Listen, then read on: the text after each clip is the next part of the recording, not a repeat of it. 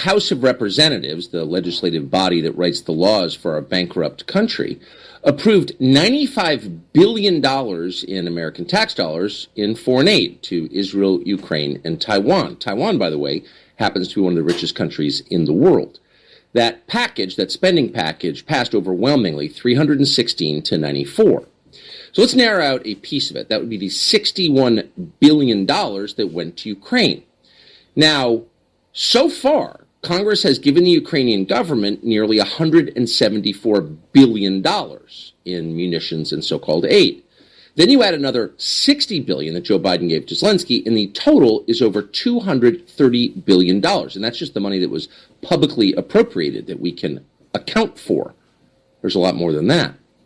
So let's take a look at what's in the package that just passed on Saturday that the bankrupt country sent across the world to the Ukrainian government. There's $14 billion to purchase weapons. There's $15 billion for military training and intelligence sharing, since the U.S. intel agencies are running the Ukrainian intel agencies, even as they assassinate people. Then there's $8 billion for the Ukrainian government, its pensions for its bureaucrats, $8 billion for its pensions. And then there's $300 million to help Ukraine secure its border. None to secure our border, $300 million to help Ukraine secure its border. Just the priorities are clear. That's all real. Before the vote, Nancy Pelosi went on the House floor to demand that her colleagues keep the money flowing to Zelensky. If you vote any other way, you're somehow for rape. Watch. I hope that our colleagues will choose democracy and decency rather than autocracy and evil, because I fear that if you choose the Putin route, you will have blood on your hands. Blood of the children, blood of their mothers, raped in front of their parents, raped in front of their children. Yeah, vote for this or you have blood on your hands. And by the way, that's a person who's gotten stupendously rich, you wonder how, while serving in the United States Congress. But she's not sending any of her own money to Ukraine. She's sending your money to Ukraine. So alongside this, the House advanced legislation that would allow Biden to place frozen Russian assets in a special slush fund specifically for Ukraine. That'd be $8 billion worth of material the U.S. government just stole from Russian citizens without a trial. We don't like you, we're taking it. That money currently sits in U.S. bank accounts. And it's possible, not to be cynical, that all of this money is being sent to Ukraine because it's much easier for our ruling class to steal once it's offshore. So the bottom line here is that we are at war with Russia, and we're doing so on behalf of Ukraine. Now, why are we doing this? There are several emergencies unfolding in the United States, economic and indeed military. We're being invaded. But you should not worry about this, says Congressman Jerry Connolly of Virginia, because we're not actually sending money to a foreign country. Ukraine is America. Watch.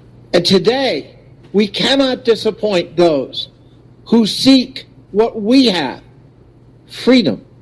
The freedom to self-determine, the freedom to decide their sovereignty and their alliances and their form of government. Some say, well, we have to deal with our border first. The Ukrainian-Russian border is our border. Right. A democracy that canceled elections. But after the vote passed overwhelmingly, members of Congress showed just how closely we are now aligned with Ukraine by waving and cheering and displaying the flags of a foreign government inside the Congress. Watch this.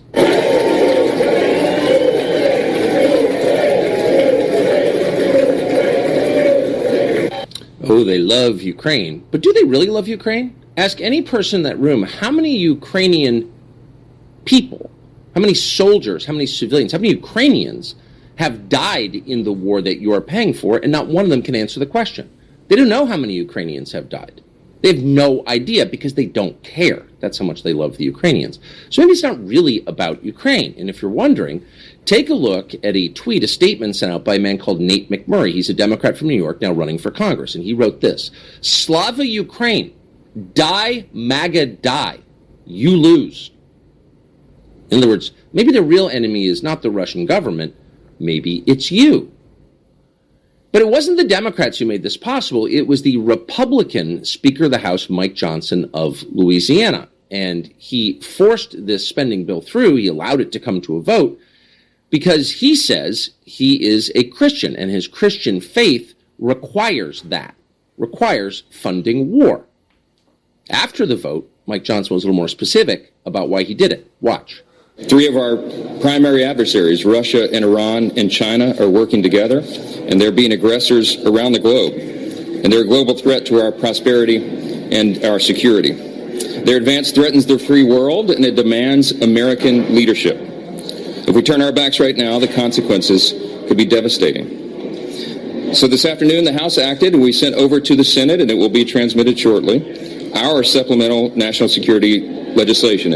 I've said it very simply. I'll say it once again. It's an old military adage, but we would rather send bullets to the conflict overseas than our own boys, our troops. And I think this is an important moment, an important opportunity to make that decision. We allowed the House to do that, and I expect the Senate will make the same decision. Every word a lie. Of course, we've already sent troops. There are American soldiers in Ukraine right now, and more on the way today. We are in a hot war with Russia, and they're going to tell you that in stages, not all at once. So where's Zelensky as all of this is going on? Well, it shouldn't surprise you. He's not on the front lines. He's on American television laughing in your face. Here he is on NBC right after the vote. Listen carefully to this. Zelensky says American taxpayers should be grateful to send hundreds of billions of dollars from their bankrupt country that is currently being invaded to his country where the money is being stolen. That's just the price of protecting democracy. How long should Americans be expected to fund the war in Ukraine? Американці фінансують не війну в Україні. The Americans are not funding the war in Ukraine. А передусім They американці захищають свободу first and демократію foremost protect freedom and democracy all over Europe. And Ukraine is fighting, and Ukraine is sending its best sons and daughters to the front line, and it reduces the price for all Europe, for all NATO. It reduces the price for everyone, including the US. Yeah. So we're funding freedom and democracy when we send hundreds of billions of dollars to Ukraine. Now, of course, if we were defending democracy, we would ask the American people what they think. And if a majority of them opposed this, we wouldn't do it because that's the fundamental democratic principle. You serve the people you rule because it's their country and they're in charge. But of course, that's not at all what's happening. And it does raise the question once again, if we're defending democracy in Ukraine, is Ukraine a democracy, a country that canceled its presidential elections? Well, let's see. In Ukraine, right now, tonight, Christians are being persecuted by the state we're paying for. For the crime of belonging to the wrong religion, priests are getting thrown in jail. Churches are being seized by the government. Your tax dollars, $60 billion more, thanks to Mike Johnson, are funding all of this. So it's very hard to get information about what is actually happening in Ukraine because the big media outlets lie about it assiduously and have for more than 2 years. But one of the most reliable and honest voices on this question is a man called Bob Amsterdam. A little background on Bob Amsterdam. He is a lawyer. He represents the Ukrainian Orthodox Church. He is not a Ukrainian Orthodox Christian. He is, in fact, Jewish. I think he's probably pretty liberal. He's not pro-Russia. He is, in fact, banned from going to Russia. A couple of his friends were murdered in Russia. He is not acting on behalf of the Russian government or even, for faith reasons, Ukrainian Orthodox Church. He is one of the rare American attorneys who believes still, even in 2024, that human rights are worth protecting. Telling the truth is important. And he has returned in the last month from Ukraine, and we thought it would be worth asking him, what's it actually like there? We're honored to have, once again, Bob Amsterdam. Bob, thanks so much for coming on. So give us, I'll stand back and allow you to give us the overview of what is happening in Ukraine right now. Well, thank you, Tucker. And to be transparent, I supported the bill because it is the parishioners of our church who are on the front line. Right. And they need all the help they can get. The Ukrainian Orthodox Church is a church that is guided and bound by God's words. It is a church that is 1,000 years old, and its priests are dedicated to Christ's teachings, and in fact separated themselves completely from the Russian Orthodox Church in 2022 after the full-scale invasion. And I want to make it very clear, there are studies in Ukraine that demonstrate that our church is exactly as nationalistic and patriotic as the new state church that was founded 5 years ago. However, elements within the government have declared war on the UOC, and they have persecuted mercilessly priests, clerics, parishioners, and I knew that it was a tremendous risk to go to Ukraine after having spoken out so strongly against this attack, but I had to go because I had to make sure that given the amount of money the Ukrainians are spending defaming anyone who contradicts their version of reality, I had to make sure that I saw, what was happening on the ground. And after 10 days in Ukraine, I can tell you that there is not a hint of democracy. The country is run by an organization called the SBU, the secret police, heavily infiltrated even today by Russia.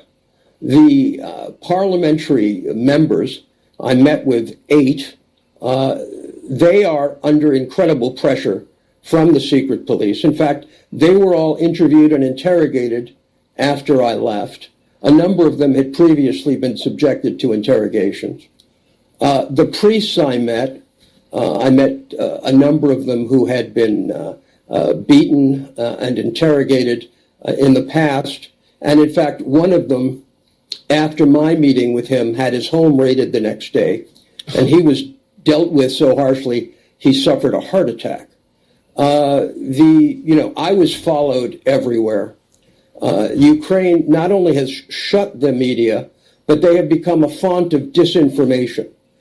They just they just spent $3.5 million in Washington to tell Americans that everything they're doing to the Ukrainian Orthodox Church isn't happening, and that in fact it's the Russians who are persecuting Christians and not them. To which I say, any persecution of Christians is wrongful, but it is to Ukraine that professes democracy and freedom, and it is Ukraine that has absolutely no semblance of rule of law, that is terrorizing its own business community separately, targeting wealthy people for expropriation, especially if they have any religious connection to our church. And it is Ukraine that is actively setting the SBU, secret police, on individuals like myself who speak out on behalf of this religion.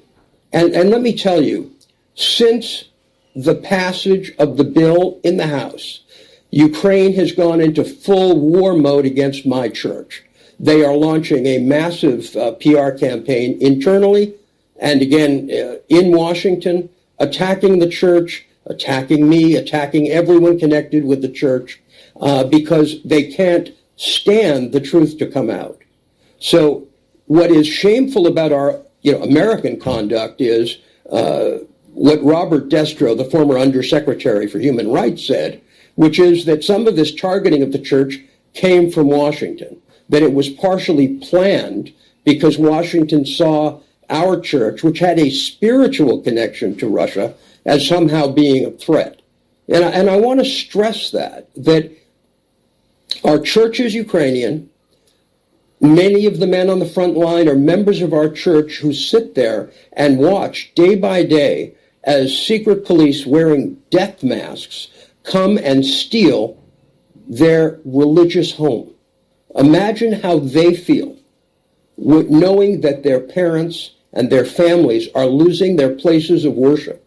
And if a new bill is passed, Bill 8371, they won't even be able to gather to pray because the churches will be taken from them, but it may even be a crime for them to meet and pray.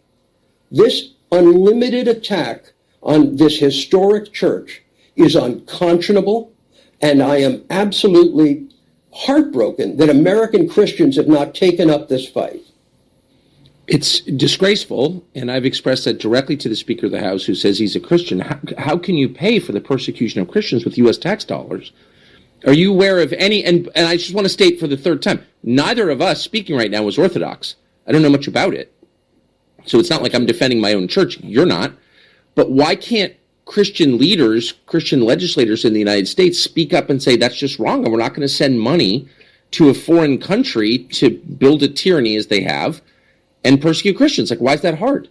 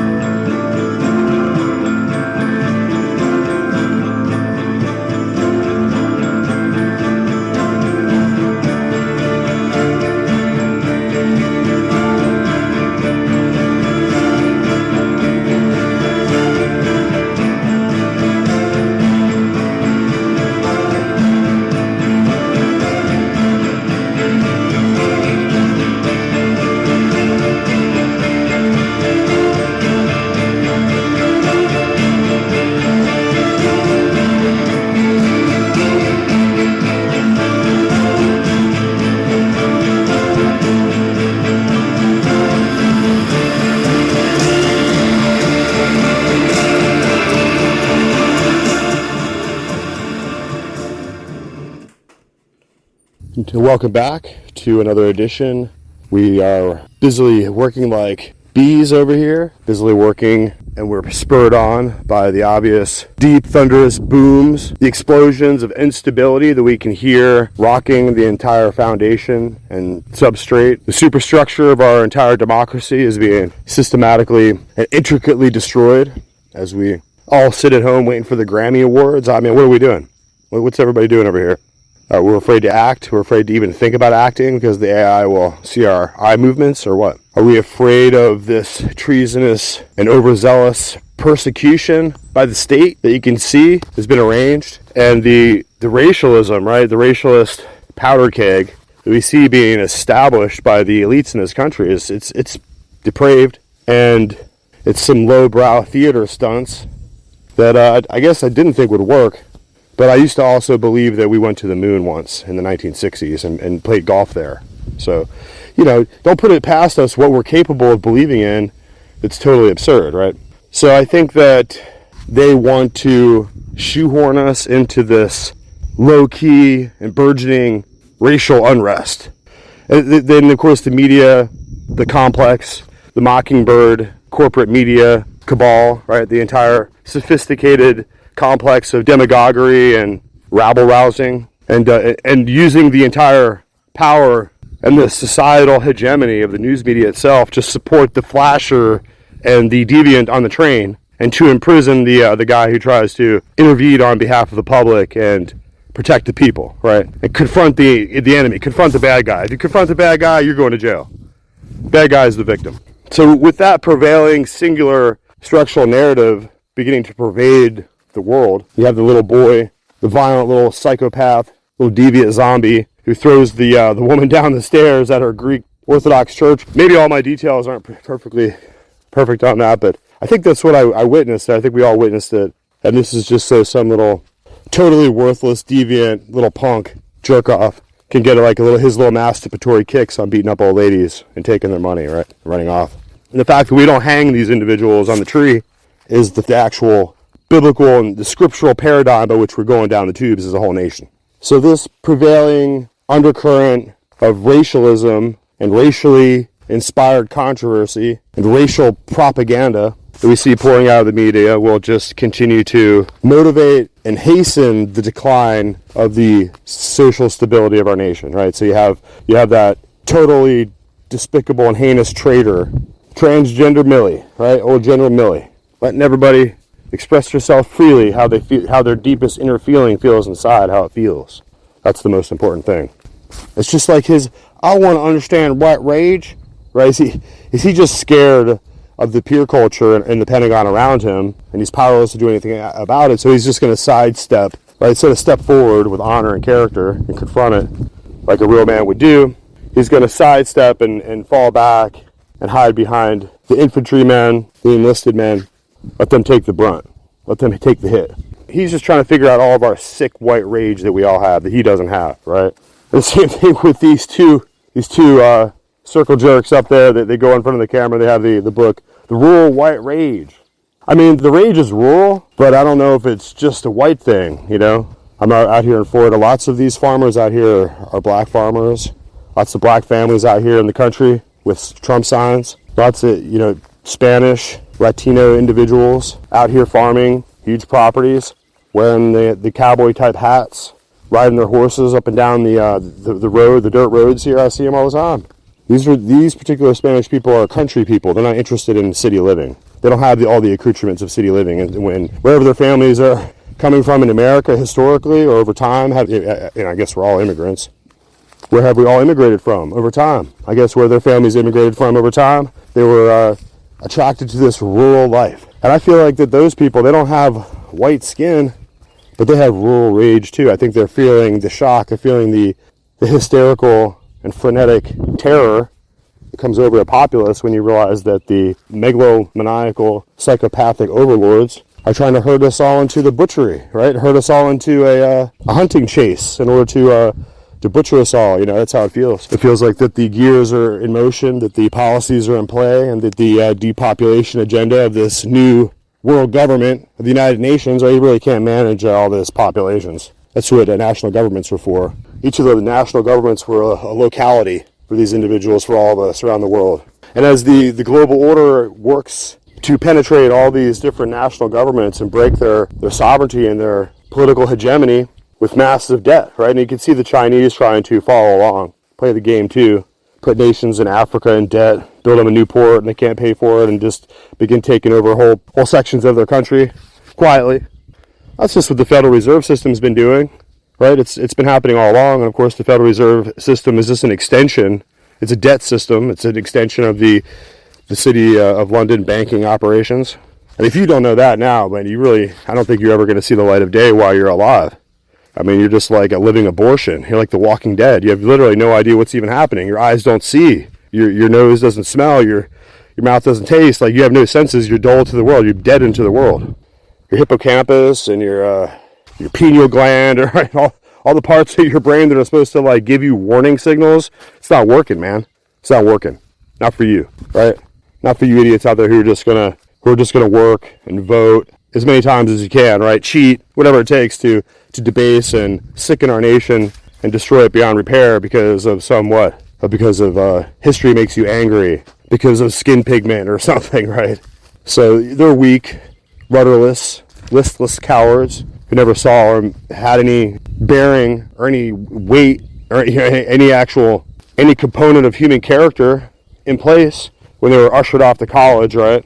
ushered off to university where all the hardcore Marxist vanguard, right, prepares to take the invertebrate balls of clay, colorless, odorless, meaningless balls of clay that get sent to them in college, and they pound and shape them into little stormtroopers, little terrorist-activated psychopaths ready to go and commit jihad for Hamas or whatever. Right? That's how open-ended and how debased, how open to manipulation, right? Open to influence. This is how easily influenced and debased our nation's youth has become. They're highly open to suggestion.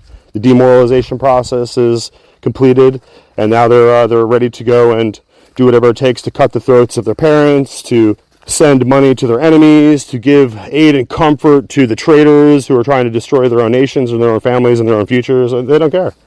You can tell them the truth.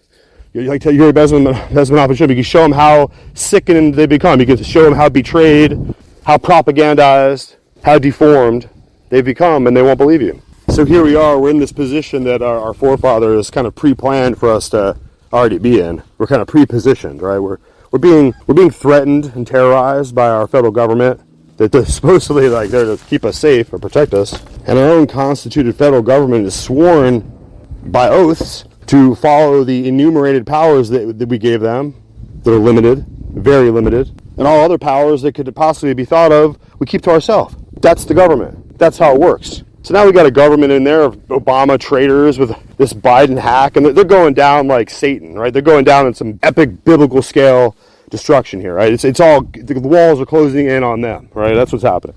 And you can see that they're all losing their shit, and they're going to start to act like rabid dogs, and they're going to lash out wildly. And they still got the January 6th prisoners, and they got their ideological, psychopath, Marxist, Georgetown, Fordham-trained judges and district attorneys, and right, they have all the pieces in place that they need, and now they have to somehow just control the population. And it's going to come to violence. They're going to have to violently control the population in order to control us, in order to take away our rights, in order to remove the actual restrictions that are placed on them constitutionally, right? In order to break the back of the constitutional protections afforded to us so they can get at us. You can see it on the television every day with this debacle with Donald Trump. And, I'm almost with the guy who burned himself up with the sign who like Biden and Trump are in a coup together. It's a coup of the destruction of America. I mean that's everyone's going to say how that can't be. The Democrats don't like that idea. Laura Loomer doesn't like the idea that somehow Trump and Biden can be working together. That's just so anti-Trump. Right? But what's really going on here, guys? We're witnessing the destruction of America.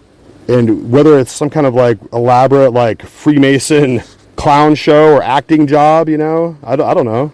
I'm just watching the moving shapes and the images on the screen and the talking heads like you guys are.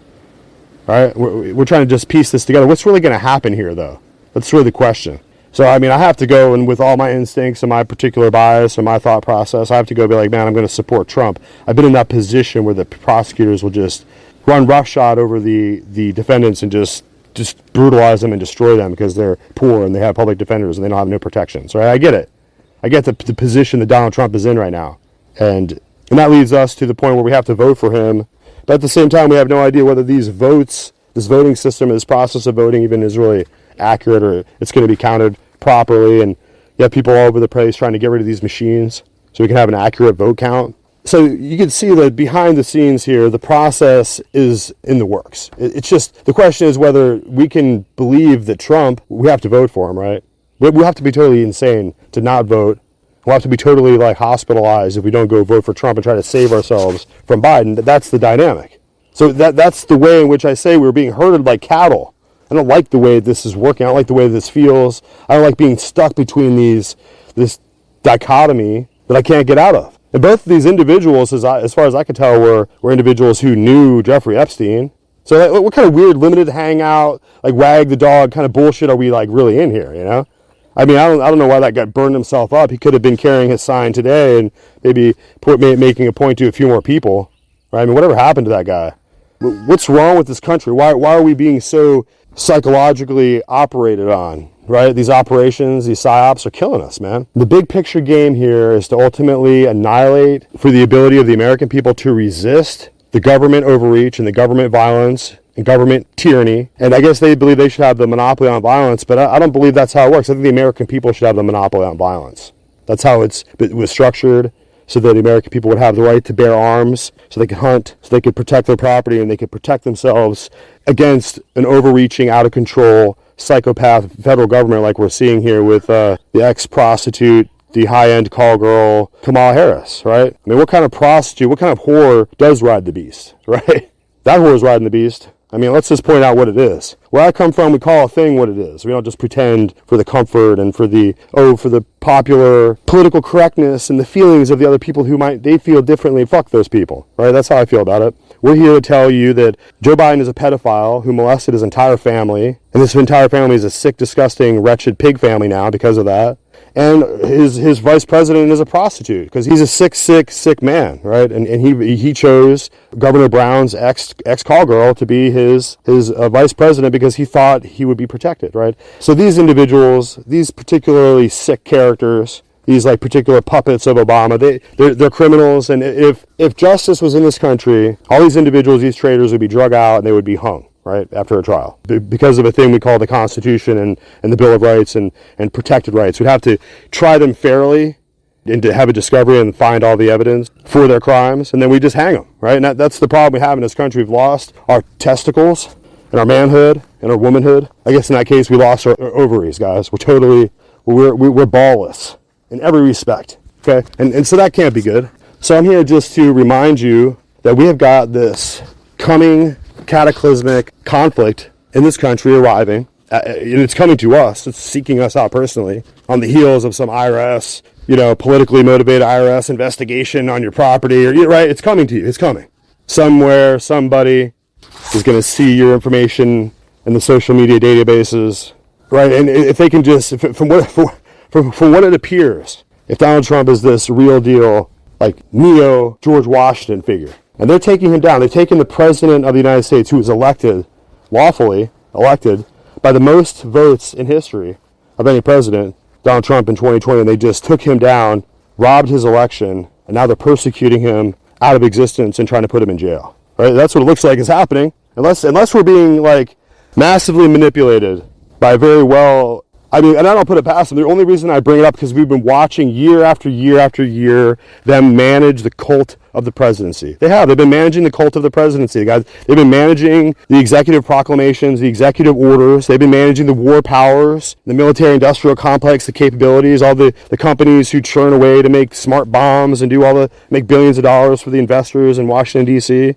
the Washington, D.C. area codes, right, and zip codes. Right? Those are the richest areas in the world, not Silicon Valley, not some other place. Right, so as far as the records we have, those zip codes around Washington, D.C.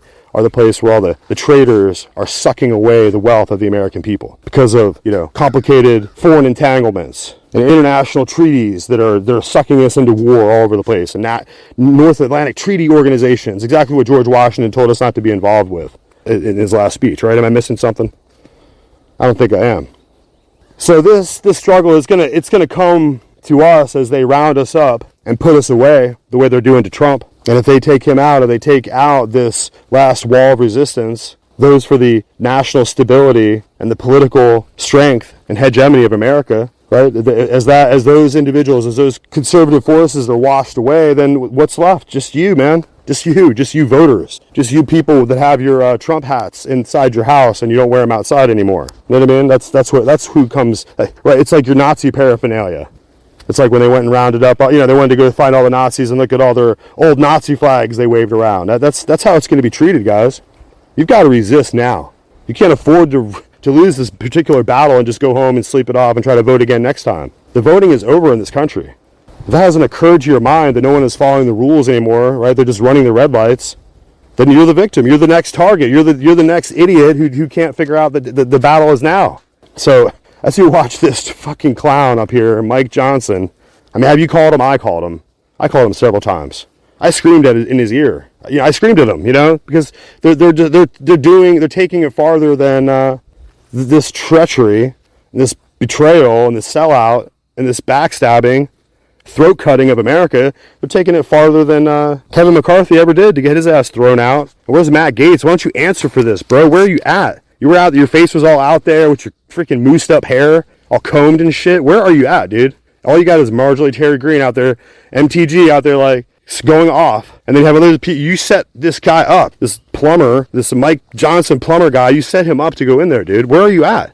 You all look like a bunch of cowards up there, man. It's totally despicable. I see Donald Trump is starting to change his hairpiece a little bit because we're all going to have to eventually, as they just totally destroy and dismantle this man.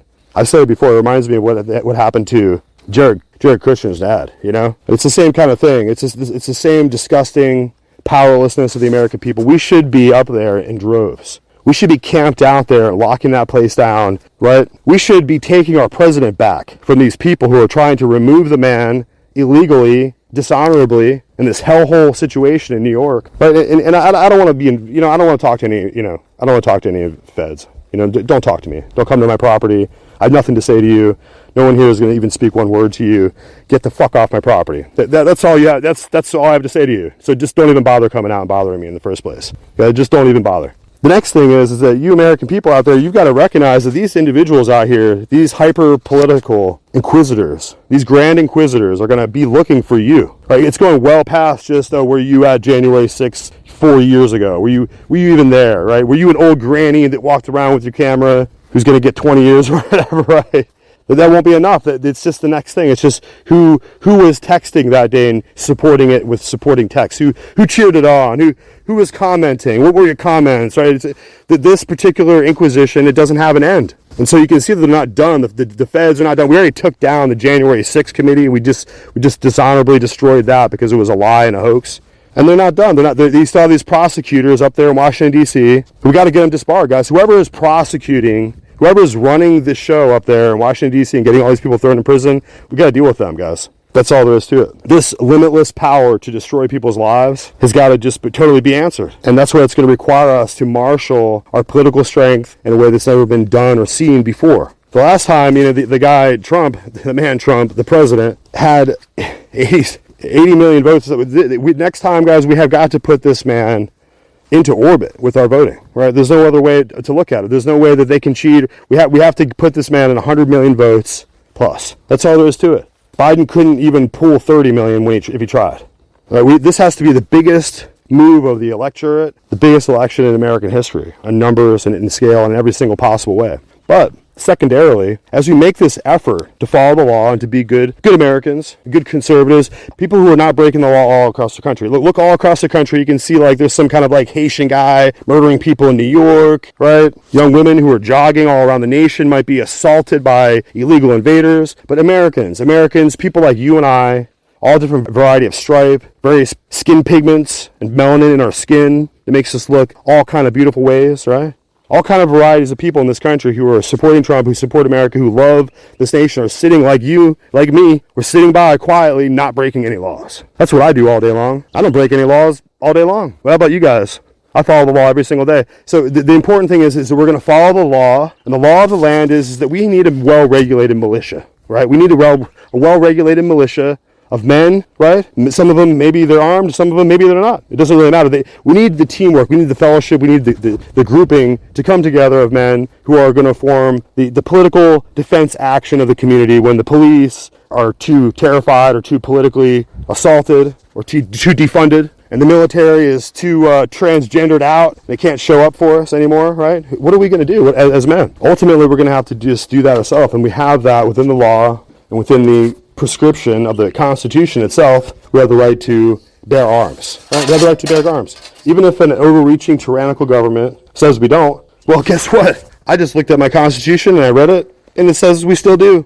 So they're wrong. That's the law. What they're doing to Donald Trump is wrong. That's the law, right? And that's what we have to cope with. We have to cope with people right now who are totally lawless, who are not interested in doing anything to uphold the oath that they swore, or to do the function of their government office, but they're just there to enact a political, ideological agenda, a military action against the American people, right?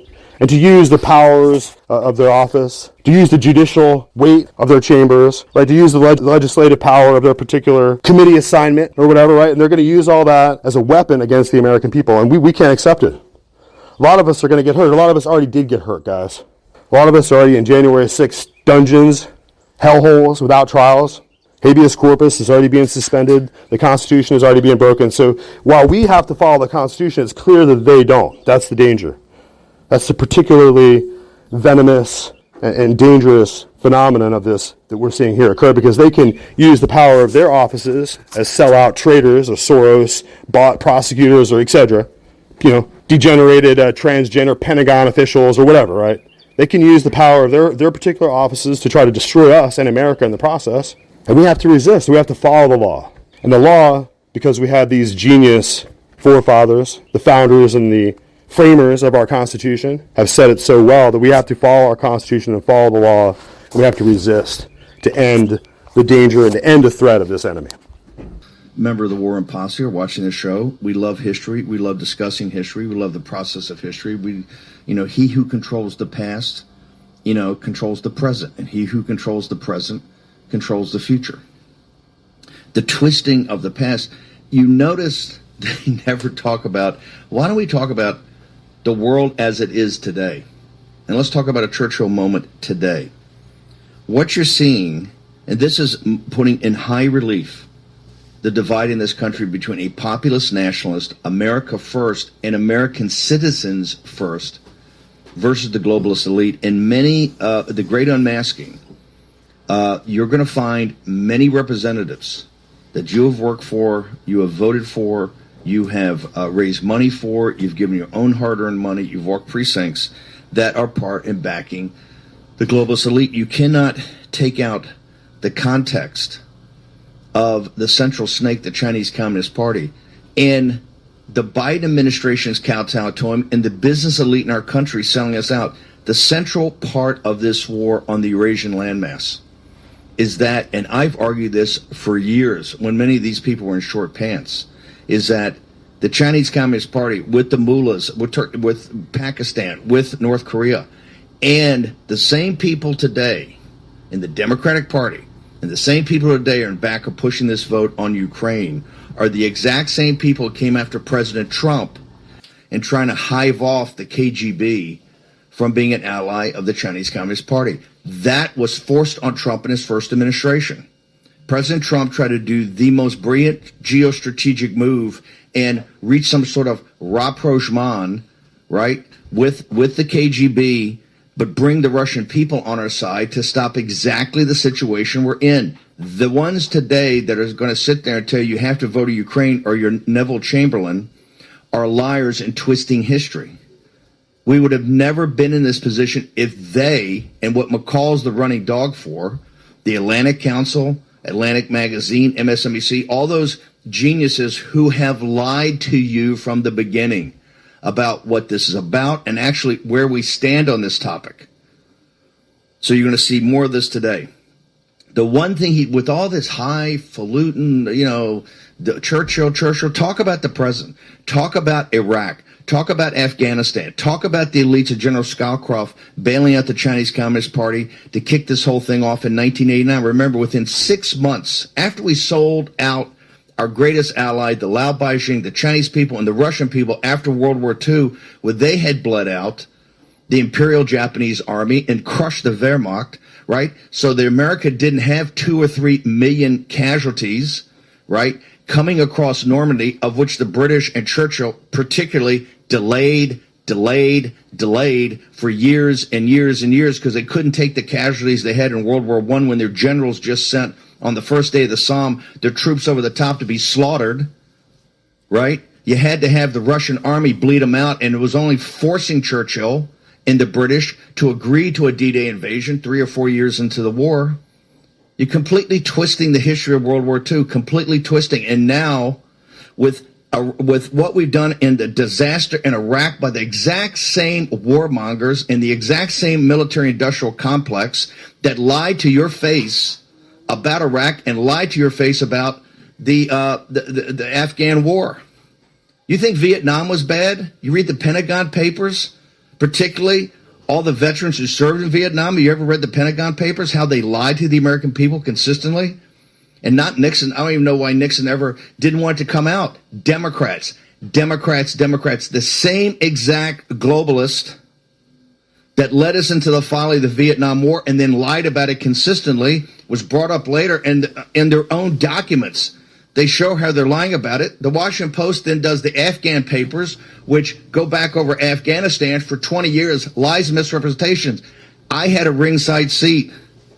I was the one President Trump put in charge in 2017 to try to get some sort of order into Afghanistan and have President Trump's policy administered at that time of a smart withdrawal, with keeping people there that could kill the Taliban if ever kept. The deep state would sit there in the National Security Council in the Kennedy room and lie to your face. They will lie to your face, and until you press them on the numbers, they'll continue to lie. There's nothing that the deep state, the administrative state, and the money generating machine they've got in the weapons industry, they won't sit there and lie to you. Today is nothing but unmitigated lies. Unmitigated lies about this entire situation in Ukraine. Why? If you want to talk about World War II, every brilliant general we had, from Patton to General Marshall to General Eisenhower, let's throw in General Slim, let's throw in General Montgomery, none of them would say to be ever involved in any kind of land war around Ukraine. It's ridiculous, absurd. There's something deeper in Ukraine. They have to have Ukraine, because you're going to make Ukraine part of the club, the party of Davos, in Brussels, the city of London, Wall Street, the imperial capital in Washington, D.C. The dark secrets of Ukraine have not come out. And has McCormick and these guys pressed the War Powers Act? Has the Biden regime come forward and said, here's the plan. Here's our plan in Ukraine. Okay, we need 60 billion now. We've already put in 120. We need another 60. We need another 30 next year, another 20 after that. Or it's going to be like Afghanistan. We spent $7 trillion in Iraq and don't have any oil. We spent $2 trillion in Afghanistan. And you know what we have to show for it? You know what the American people have to show for it? Besides those regimes, Sharia supremacist regimes running both countries after 20 years, you know what we have? We have Section 60 over at Arlington National Cemetery. So McCall, with all your highfalutin 12 o'clock high, which you're stealing from us, go to Section 60. Go to Section 60 this afternoon and make that speech. Make that speech today to Section 60. Of all the blood and treasure we've wasted because of clowns like you and the people you represent, we are now down the path. You vote for the 60 billion a day, you own it. And it ain't going to be the last 60 billion. And starting next year, when we start to have making massive cuts to federal spending, remember this day that we just approved a $7 trillion spending bill, a $2 trillion deficit. They threw in another 100 billion, including 60 billion to their buddies in Ukraine, of which Chip Roy points out, we've given 125 billion. They can only account for 40 or 50 billion on the battlefield. The rest is in Monaco. Their DACA's on the Caspian Sea. They've stolen tens of billions of dollars. They're going to steal tens of billions more. It's difficult for a lot of Americans, a lot of Christians who are highly focused here in America on their Bibles and their Bible studies and trying to understand what happened in the distant past. And it's unfortunate to say it, but the Old Testament articles and books and histories and all the chronicles and proverbs and wisdom there that you can find in the prophetic outline, the whole prophetic structure of God's total control of history and existence, it shows it there because he told his prophets what would happen, and that's what happened. And all these other soothsayers and magicians and sorcerers of Egypt and Babylon, all these Canaanite demon worshippers and child sacrificing cults all around the world, none of their prophets could tell the future or forecast what would really become, like Nebuchadnezzar's dream, right? They always had to bring out the Jew. They had to bring out the prophet of God to tell the king his dream, right? And always that's the place that Israel and the Jewish people have always occupied in the history of the world.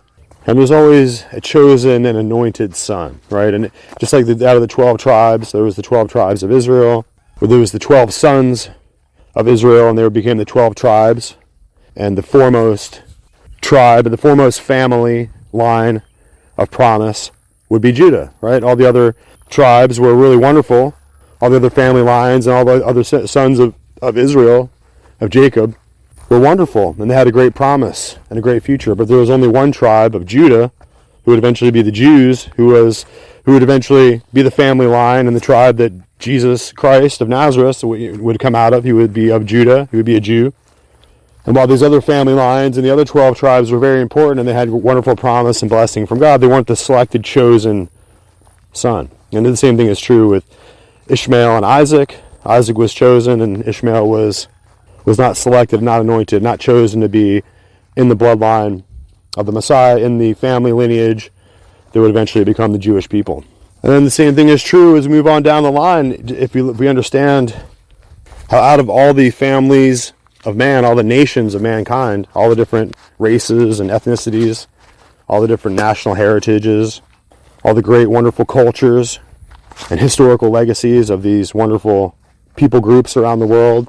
We were watching Shogun, just to see them bring to life that period of time in Japan is just breathtaking.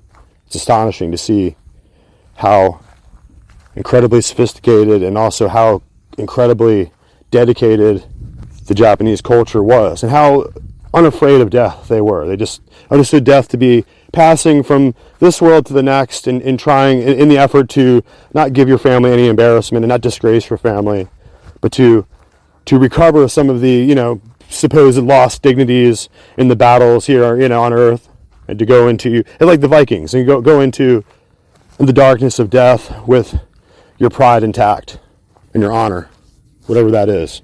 And that's what Shogun is really discussed. It breaks down is what is honor, what is loyalty, what is your oath, like who do you ultimately serve, what is your highest duty of honor, what is it, And we don't have problems of like worrying about that here in America now. It's just our masturbatory needs, right? It's just our undying, all-consuming addiction to pornography in this country and other drugs and alcohol, right? And it's this move in this country towards this godlessness and toward this nihilism and toward this place where we have no idea what we're standing for or what it means. And we can look back on the old relics of the Old Testament and the New Testament. The Old Testament is from 2,800 years ago, and the New Testament is from 2,000 years ago. And we could try to find meaning there. We don't find ourselves there. We don't find any meaning there. And even the presuppositions and the laws and the spiritual structure that is laid out there, people reject it. They throw it overboard. In the Old Testament, we see that the people of God and the people of Israel are told in their commandments never to worship any other gods. That Jehovah, Adonai, the living Eloah, the living God of the temple in Israel and Jerusalem, is the only God. He's the God of creation. He is the God of life. He is the God of putting together the stars and the solar system and the seed-bearing life on Earth and all the genetic mechanisms of biology that we see throughout the ages, millions of years ago. Tyrannosaurus Rex, this is our God, right? This is the God of creation and life. And all these other gods are false gods, and if you worship them, it's idolatry, right? And so now in this age, we've run far away from the precepts and the truths and the doctrines of this original Jehovah God in Israel, and we've gone all the way over to worship on the days of Adonai, of Jehovah's enemies, right? So we're going to worship on the days of Egypt, on the days of Babylon. We're going to worship Ishtar. We're going to worship all the things, right? Our calendar is going to be replete with all the pagan holidays that were all enumerated and collected and collectivized in Rome. That's what Rome ultimately did. It was a collectivization of all these different religious systems around the world in the pantheon of all the gods, right? Julius Caesar brought it to us. Paul in the New Testament described it and discussed it with us. How the new system of Rome was a universalization, a amalgamation, a syncretism of all the different pagan systems around the world into one system. So you could worship Jupiter, you could worship Baal, you could worship Horus, the sun god, you could worship Isis. All the gods of the pagan system were there. It just only Jehovah is not there, because Jehovah doesn't have his temple joined with demons and demon worship. So this collectivization and the universalization of all religious systems into one syncretism, one amalgamation, one mix. This was Rome's huge contribution to the world. And when ultimately you come to find that this practice of worshiping the Almighty, the Most High God, the only God, the single God alone, who was made a special covenant with his people, the Jews, and the Gentiles are over there outside of it. They can observe it, they can come near, they can give gifts, they can pay homage, but they're not in it. Right? This system of exceptionalism of Israel and the exceptionalism of Israel's God was unacceptable to Rome. It never was. It never was something that Rome could accept because they had to have their whole pantheon. They had to have kiss the ring of all the different gods. And just like the revolt of the Maccabees showed before the time of Christ, it showed that these people in Jerusalem really believed in their God, and they were not about to put aside the worship and the commandments of their God for some Roman idol worship, right? And they would go to war over it. They would not have the likeness of some. It wasn't necessarily the Roman influence at the time, but it was the Hellenistic and ancient Greek influence and the pagan influence of the Seleucid dynasty that the Maccabees were totally sickened by. And they could not have the likeness of foreign kings and the practice of pagan ritualism in their temple or near their temple. And they flipped out. And that was one of the reasons why the Romans were being so careful,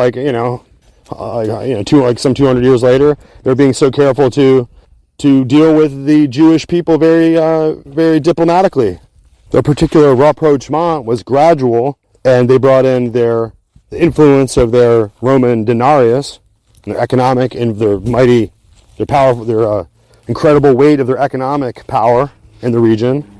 And they arrived at this place, this casual place of having a proconsul in the region under the weak and corrupt leadership of King Herod. And that's where you approach this moment of time when Jesus Christ arises and fulfills the prophecy and fulfills Scripture.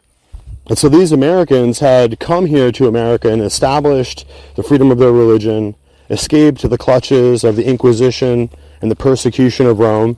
Right? The persecutions of Rome went on for 300 years after the time of Christ, and they say it was lessened and made, and the Christians were protected under Constantine under 332, so around there, right, AD. And after that time, this merger of the imperialism of Rome with the occult priestcraft in order to create this synthetic Christianity, this Roman Christianity, this imperial Christianity under the headship of the emperor, the Pontifex Maximus, right?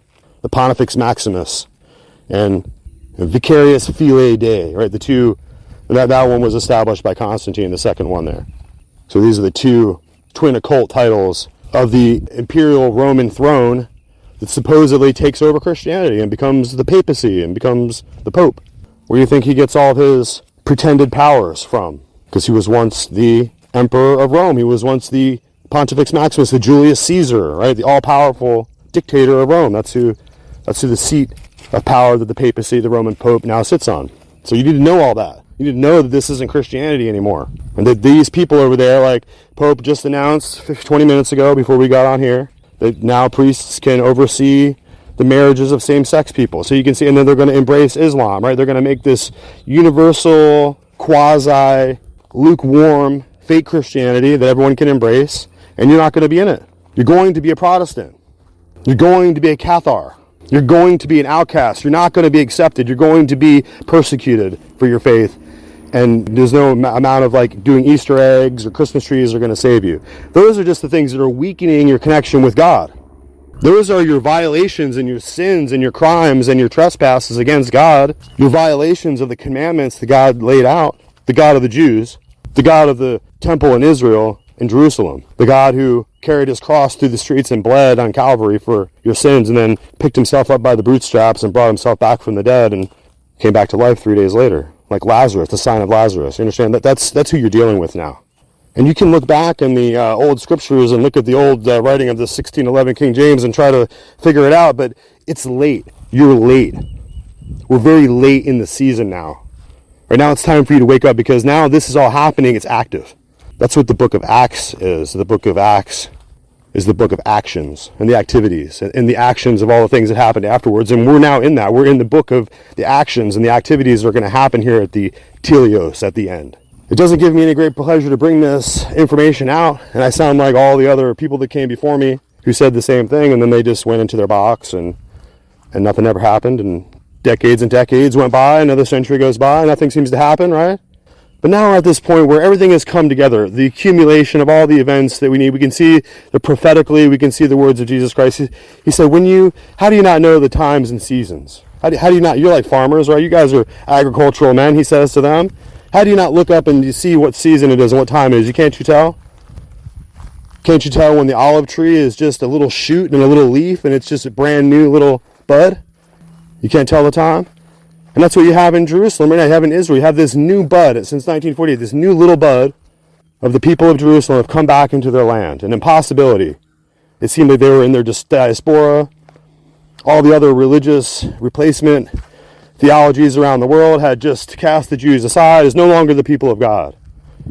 Right? No longer the apple of his eye. No longer the protected people of the historical scriptures of the Old Testament. No longer the people of the covenant in the Old Testament. Right? That's what we were supposed to believe. Now we had the ritualism of Rome. Or these other people over here, they thought they had Mohammedanism. Right? They had the new seal of the new prophet who told everyone to bow down and worship Allah 5 times a day or get your head chopped, right? That was supposed to be the new revelation. Of course, we can see now that's absurd. It was absurd in the 7th century.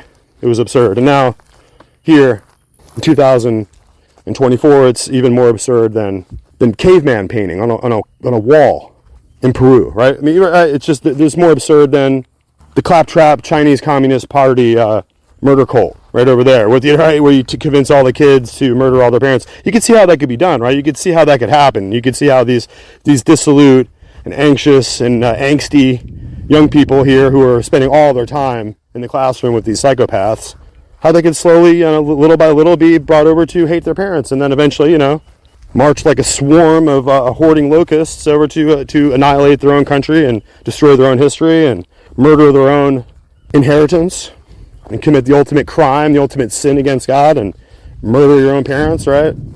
So these idea viruses and these poisonous ideologies that destroy so many lives are just the playthings of these power elite who are protecting the golden circle of Europe, of Italy, of Rome, of the Vatican, right?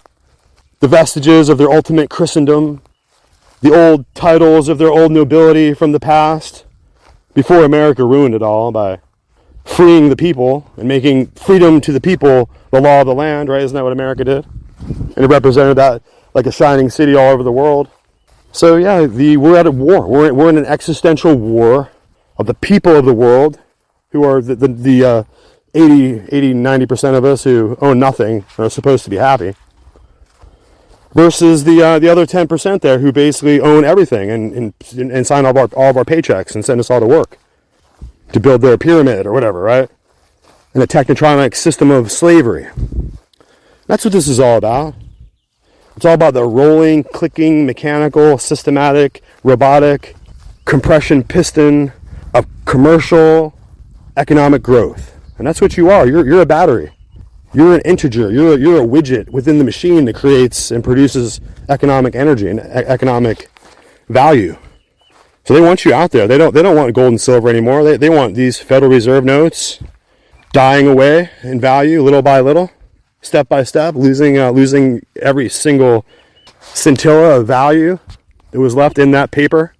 I mean, they can't even afford to print the paper and the ink anymore, guys. It's too expensive. And they got to go digital. They got to go to just made up crypto money. Right? That's what they want us all to use now. Because this thing is all about you getting your little pay bump, to squirt the little specie in your account, and then they take a lot of it back, for taxes for the IRS, because you got to pay back the interest of that borrowed money, boy, and you got to pay for all those illegal invaders that are pouring over the border. They got to have somewhere to eat and somewhere to go. Their babies can't just go hungry, right? Not in America. Got to have them have the ability to defend themselves. It could be unsafe around all this white anger, this white rage in the rural area, right? All the white rage could endanger somebody. They got to have gun rights. They got to be protected against the rural white savages. And all the people here with Social Security cards, well, they're bankrupt, man. You're bankrupt, bro. If you have a Social Security number, you are personally liable for the debt. You have been personally signed on as collateral. You are the biological property and the collateral in debt to that financial obligation. You are. The whole full faith and credit of the American people, you back up that. You're going to pay for that. When we want to send $1 trillion over to rebuild Israel or whatever, rebuild Ukraine. Yeah, BlackRock's got it, right? Well, the American people will pay. Right, the American people will pay. Just like when they go and they do the low-key infrastructure attack, knock the bridge over, right? I saw the metal railings up at the top, support of the bridge, just spark, flare, and burn, and come apart. And that shit doesn't just come apart, guys. So I don't know how all that was done. I'm not a sophisticated secret agent man or whatever, but it wouldn't take much to go up there and place something, some thermal blast, just to cut that steel right at the right moment, right? It just seems like we're being subjected to a total annihilation, a total destruction, a total living autopsy, right? The living autopsy of America while we sit here awake, alive, conscious. And they're going to do it. They're going to dissect us into pieces, guys. They're going to break this country apart. And half of the ability for them to do it, half of the capacity of their military reach, and the effectiveness of their PSYOP is these infiltrators and these operators, these traitors inside America, this fifth column of these communists, socialists, Marxists, whatever. Just traitors. Just traitors, right? Back in the day, we would hang them on the battlefield, on sight. Don't know the right name, wearing the wrong uniform, spying on the right, sending information in the wrong direction, right? Hang them. But nowadays, you got to let them in the classroom. You got to give them credentials. You got to bring them into the CIA. There's no way to confront our enemy now because now they're in power. They're holding the strings of Americanism. And if you resist their tyrannical, overreaching coup d'etat, then now you're the traitors. Now you're the January 6th victims to be hunted down, right? So this repentance that we're going to have to go through here was even more difficult than the original revival, the original Great Awakening, the original Protestant Reformation. This new Protestant Reformation that we need to go through here in America is going to require us to throw away all the old accoutrements of Roman ritualism, to one single time, one single year in our lives, refuse to bring in that cursed, despised, and despicable dead tree into our house and set it up like it's alive and decorate it with lights in the middle of the night, and that Luciferian, satanic, Babylonian blasphemy. And as long as you're practicing that witchcraft and practicing that incantation and sorcery in your home, the Lord is not there. Remember, you're resisting Passover to go over and practice this Babylonian, Egyptian Ishtar Easter worship on the wrong lunar moon day on Sunday. You're insisting on it in order to leave away Passover. What is Passover? Passover was the day in Egypt when God told all the people of Israel, all the Jews, that on this certain day, on this moment in time, you will put the blood of the lamb over your doorpost so that the curse of death will pass over your home and will not visit you. You don't do it on Wednesday. You don't do it on next Sunday. You don't do it on the next lunar calendar whenever you feel like it. You do it on this day. This is the day, and this is Passover, and this is when you do it. You don't want to use cow blood, or you don't want to go and use eucalyptus oil or some kind of aloe or use some kind of plant vegetation. You want to use the blood of the lamb. The blood of the lamb will save you from the death. That is the meaning of Passover. When you guys refuse that, when you guys refuse to accept that proto-evangelicon, that proto-gospel, that original message of Christ, and you step away and you practice this Ishtar, you're in default. It's your idolatry and your crime and your wickedness is bringing this entire nation under judgment. You have to repent. You have to step away from that witchcraft and that evil doing, painting the egg, Easter bunny candy thing. Like, who gives candy to kids? Well, you guys doing your weird, Ishtar baskets. It's disgusting. Until you will stop doing it, the Lord isn't hearing you. So stop going around and prophesying to everyone. Stop preaching in the pulpit. Stop going around and singing worship. The Lord is not hearing you. It's not effective. It's just banging gongs. It's just resounding noise. It's nothing. Once again, you guys get me monologuing, get me preaching, right? Get me telling you that this is the bottom line truth. This is the fact of it. This is the factotum of all reality And this is where this fallen state, this fallen nation is going down through the surface of the grass, into the soil, into the grave. And that's where we're going. Other great nations have fallen. Other great nations who could do more than... Can we build a pyramid of Giza? No.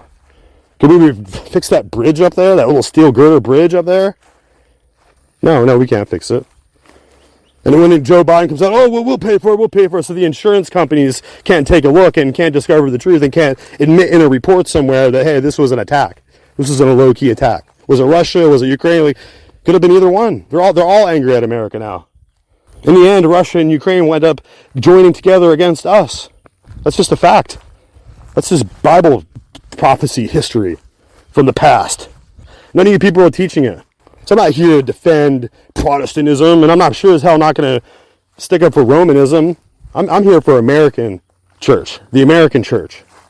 Rome's church can eat dirt over there and figure out how to answer for their crimes and their sins of history and their bloody disgrace, atrocities, and their crimes across the blood-drenched pages of history. That's what Rome can do.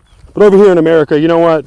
We haven't committed an inquisition against Christians, and we didn't burn millions of people at the stake under this preposterous, megalomaniacal thesis that somehow we are the vicar of Christ, right? That's what these madmen and these soothsayers and these sorcerers of Rome, that's what they proclaim. That's what they proclaim as the gospel of truth, right? That goes back to the time of Christ, right? These liars.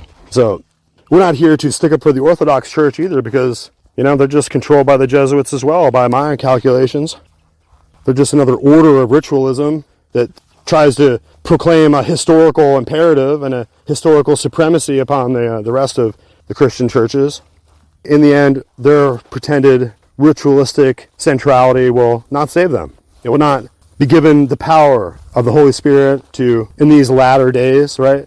Like in the scriptures of Joel, we would see the outpouring of the Holy Spirit, and young men would dream dreams, and young women would, all these miracles would outpour all these signs and events, a second Pentecost in the latter days, right? A new refreshing, a new outpouring of the Holy Spirit would take place, like we saw in the time right after the upper room events. And all these dead, old, stale parchment cult traditions, Greek Orthodox or Russian Orthodox or whatever. None of them have the power and the life and the energy to save the human soul, to restore the dead to life, to restore the sick to health again, to restore the blind to see.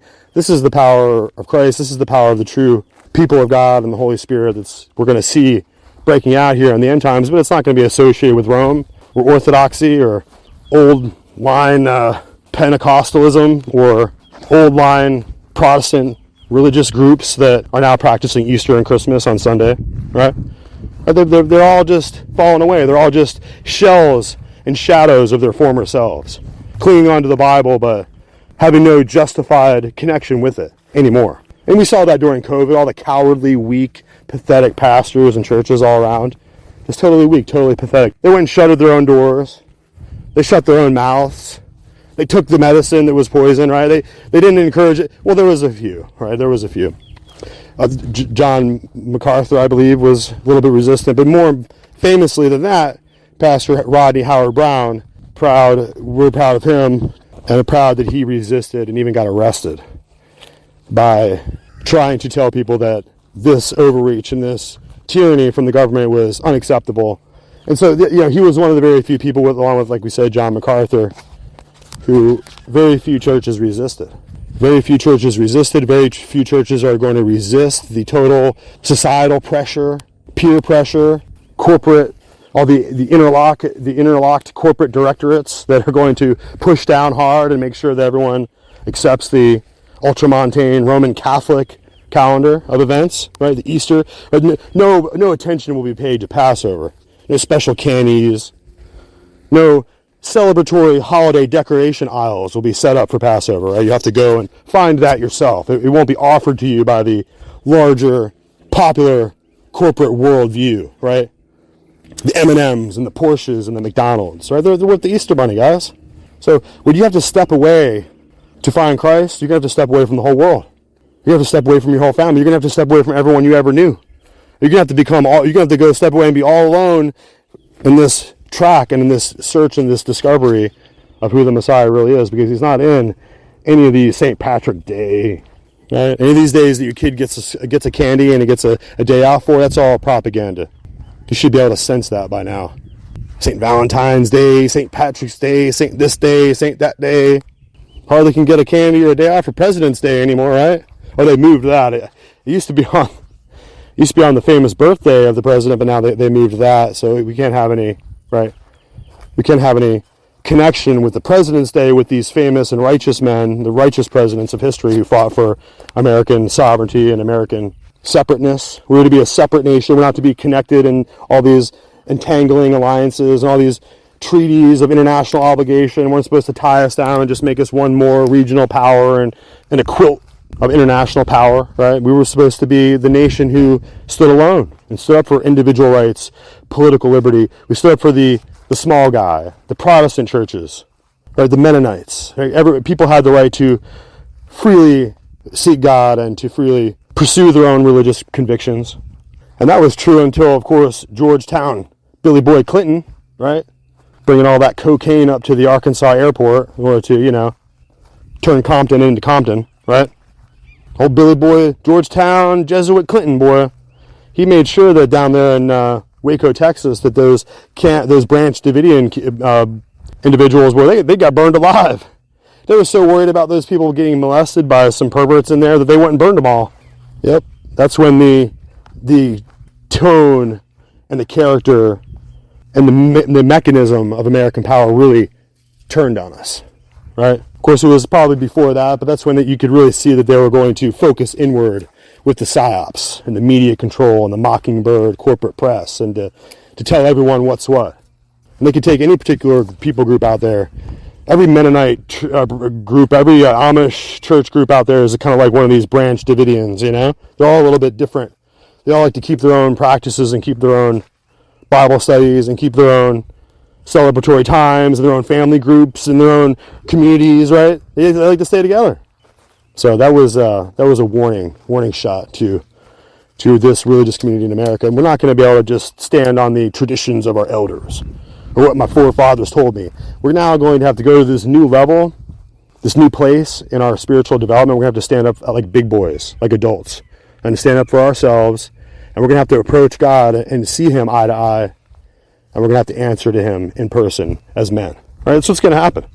And if we're not going to do that, if we're going to continue to hide behind the skirts of little weaselly, infantile baby games, like where you give the kids the candy cane and so you can trick them into being Santa Claus lovers, so you can trick them into come in to say mass with the Pope, right? It's all a ruse. It's all just a process of moving people and brainwashing them at a young age and getting them where you want them to go.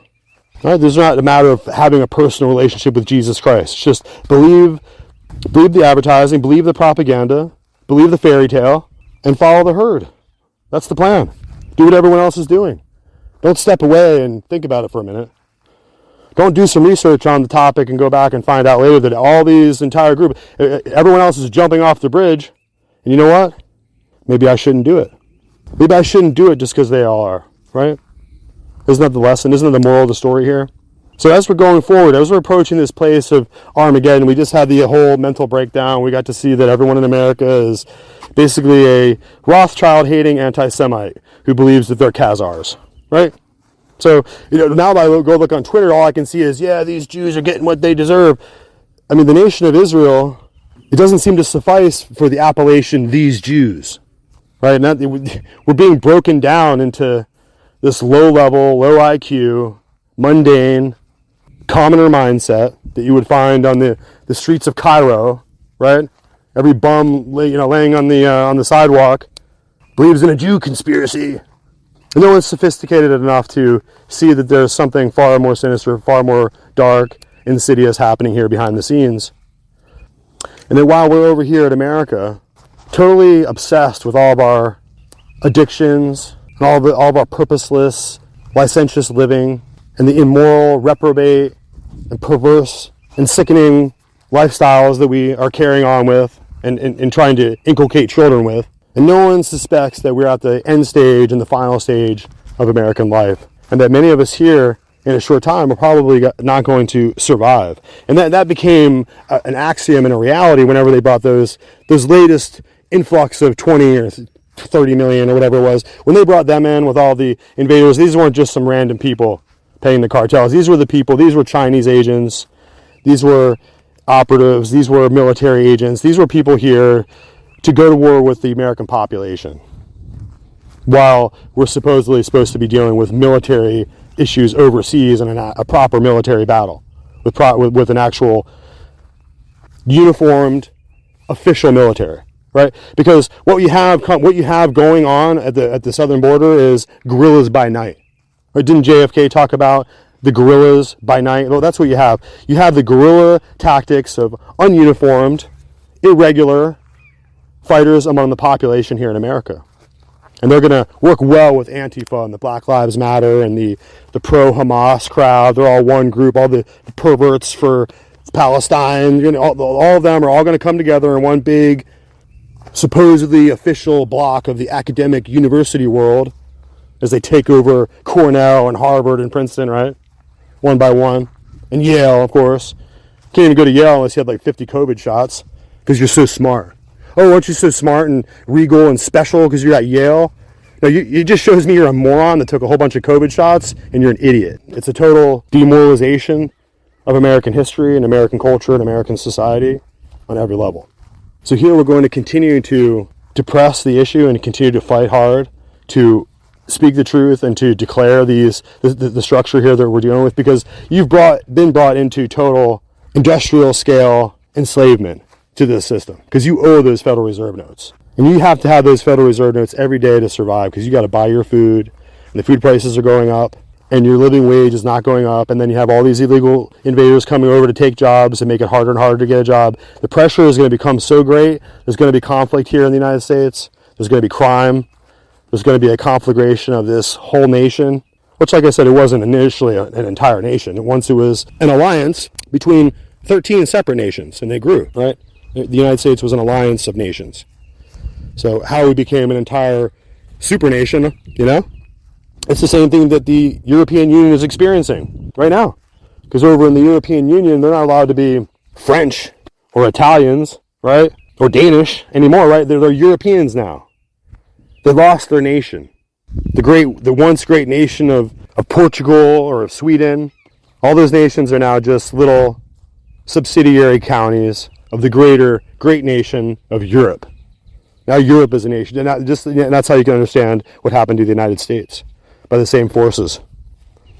So not only am I an opponent of the total federal supremacy over our lives, but I'm a proponent of the idea that Pennsylvania and Texas and Florida should be their own nations once more, with their own laws and their own sovereign ability, their own armies, their own military alliance. I think that this United States of America will be a much greater power structure and a much greater international alliance if all of our nations were restored once again. Of course, that's a pipe dream. It's hard to imagine how that could ever occur. It's hard to imagine how we could ever have gold and silver money back, because we've been robbed so completely. Where would it even come from? We're in debt to the tune of $3 trillion. Nobody even knows what a dollar is. $3 trillion. It's supposed to be some kind of quantitative metric of a unit of value, but how much is that value? How much is a trillion? How much is a dollar? And how much is 30 trillion, right? If all these dollars are devaluated to a penny, is it really just 30 trillion pennies that we owe? Like, what's going on here? This money system is ruined.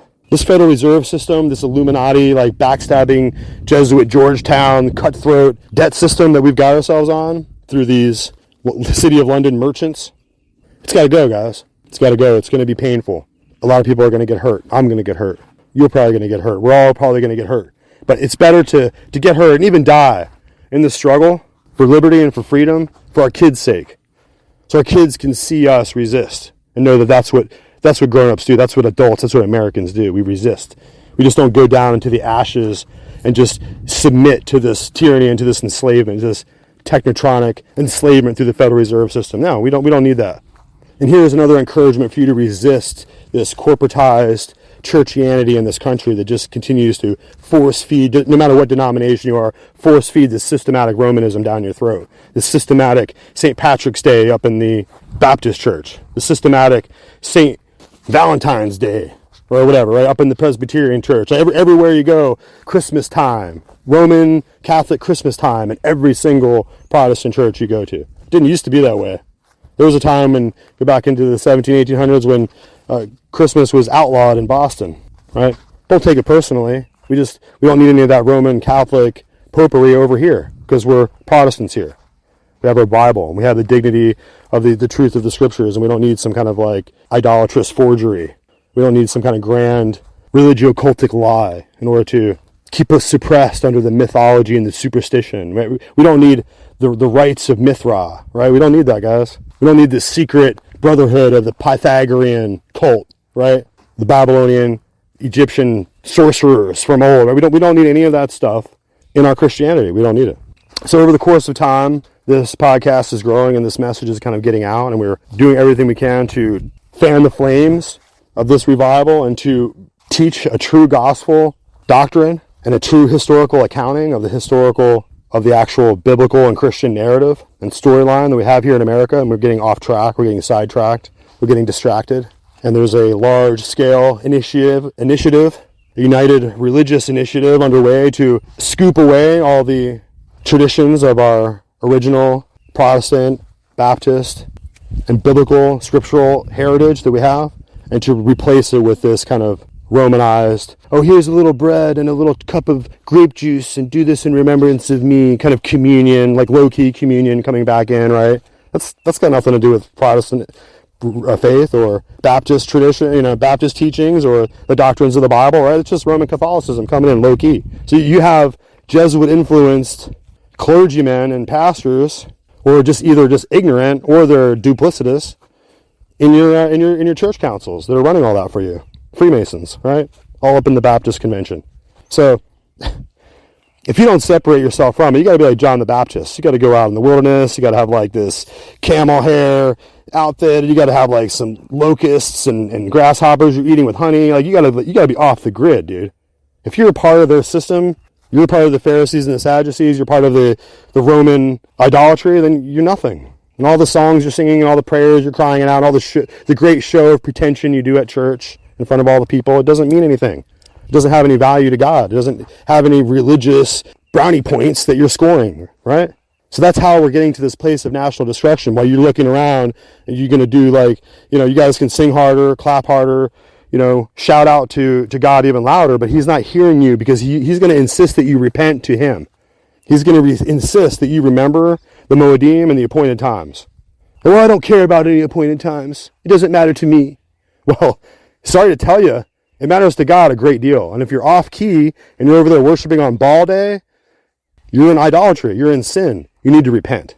Okay? That's what the message is for America. Go ahead, America. Go ahead and repent right now. And if you won't do it, and your nation begins to fall down around you, don't pretend like you weren't warned. Don't act like the message wasn't there. Don't act like someone didn't come out and tell you and warn you, because surely we sure did.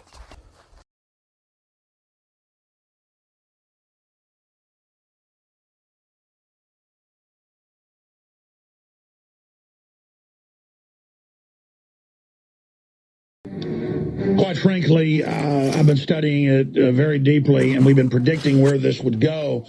And unfortunately, it's going that direction because the globalists want it to go in that direction, and it's a very serious situation, to say the least. We're going to be breaking that down today. Ukrainian helicopter hit by grenade taking off. Ukraine helicopter has been crippled in a grenade attack in Kiev, warns Moscow is engineering a third world war. That's the London Telegraph headline. Did you hear that? Third World War. That is the Ukraine foreign minister that's saying that, by the way, and also their vice, El Presidente. Ukraine foreign minister ready to fight Russia is the headline from the Associated Press. Kerry warns Russia of expensive new sanctions. Putin warns of consequences as Ukraine steps up offensive. Russia wants to start World War III, Ukrainian prime minister. That's in CNBC. I mean, I'm reading mainline headlines here. Remember I told you a month ago this could turn into World War III? Oh, Alex, don't be a fearmonger. What, do the ICBMs have to come into orbit, back into orbit, or back into the atmosphere and then come in and detonate over cities and airburst for us to be concerned? How traders can prepare for a worsening Ukraine crisis, CNBC. Russia, now downgraded by S&P, proposes scorched earth retaliation against NATO countries economically. Pentagon, Russian spy ship tug operating near U.S. More Big Bear nuke bombers caught trying to go into British and European airspace. I mean, this is bad. And it's what you expect when the globalists want to bring in a new global crisis so that we're all distracted by their activities. And it is thoroughly disgusting that this is happening. The West went in 3 months ago when Ukraine voted to not join with the EU and to be sucked dry by that spider, and instead tried to stay somewhat neutral. I don't want Ukraine sucked dry by the Russian spider or the globalist spider. But the globalist spider is about, let's not exaggerate, about 10 times bigger, fatter, older, more evil, and more anti-human. I mean, the Russian spider is just happy to be in power and control of its own population, is trying to breed a larger Ruski population because it realizes that its own system is collapsing. The globalist spider is a transhumanist, power-tripping spider that believes it's God and is attacking anything decent. So that's what we're dealing with here. And I mean, this is a big deal. I've got masses of incredible news here. And I don't know how I even get into the other news on the stock market and the police state and attacks on internet freedom, which we will cover, while we've got this Ukraine situation going on. But really, we've stated the facts. The facts are there. And it's deteriorating very quickly. When we come back, I'm going to try to very calmly walk through the scenario so far and then where the scenario will go in the future, or could go in the future. And it's going the very worst way. So that is all coming up today. All right, folks. But we've always known that We've got a couple of minutes left before we go to break. And I want to take this opportunity, because I haven't plugged at all this first hour yet, to remind you to visit drjonesnaturals.com. Frontal assault on the lies of the New World Order. It's Alex Jones.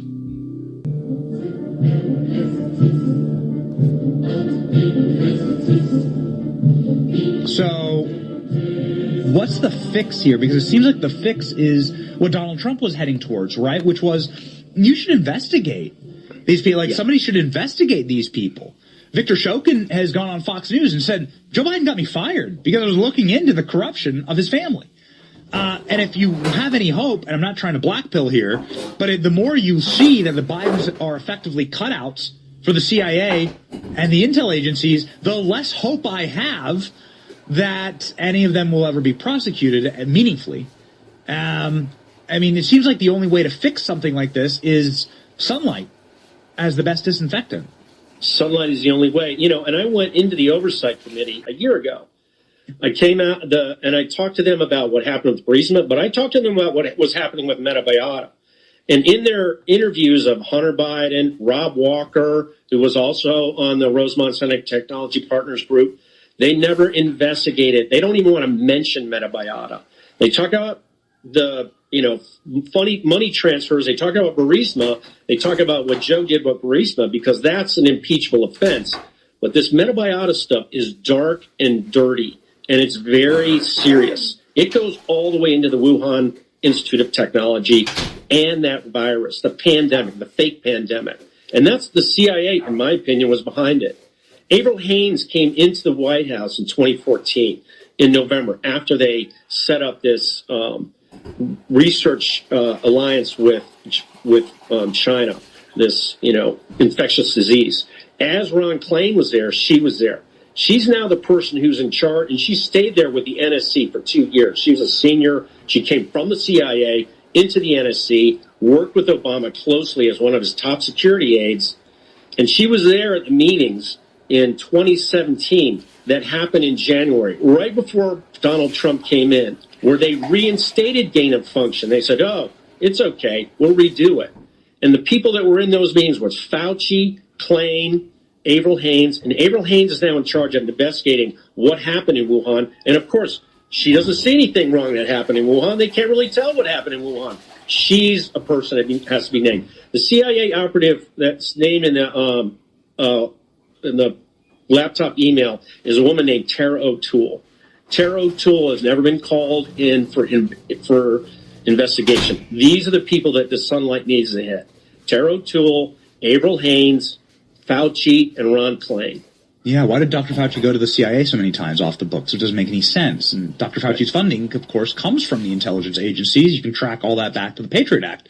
So it's not crazy to think this. Also, a clip that I cannot get out of my head, Mike, till my dying days, I will not be able to forget that Dr. Fauci, upon Donald Trump's inauguration, so it was a day before Donald Trump's inauguration, gives a speech and he says, this next administration is going to be a surprise pandemic.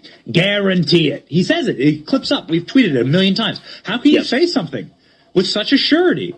Like, how is that possible? It's so unbelievably suspicious. It's malevolent. It's so disorienting how evil these people are, and what they're willing to do for power. And it's why I'm so glad that there are people who actually tell the truth. It's a dangerous thing to tell the truth these days. Mike McCormick is one of those people. Here's his book, once again, ladies and gentlemen, Amazon bestseller, The Case to Impeach and Imprison Joe Biden, from Joe Biden's former stenographer. Nobody would know better. Mike McCormick, God bless you and Godspeed. Thanks, Benny. Thanks for having me on and talk about all this dirty stuff. All right, folks, in just about 1 minute, Mike McCormick is going to be joining us. He is the former White House stenographer, Mike McCormick, who traveled the world with Vice President Joe Biden from 2011 to 2017. He's recently published The Case to Impeach and Imprison Joe Biden, now advancing quickly up the Amazon's bestsellers ranking. McCormick's eyewitness account follows a timeline of Vice President Joe Biden's White House activities, cross-referenced with emails from the verified Hunter Biden laptop and Obama White House documents, some of which are transcripts McCormick prepared as part of his stenographer duties. This is evidence McCormick believes he should testify about to investigating authorities. Visit mmccormick.substack.com and stick with us, folks, because we're going to be speaking with him on the other side with Harrison Smith in the studio as well.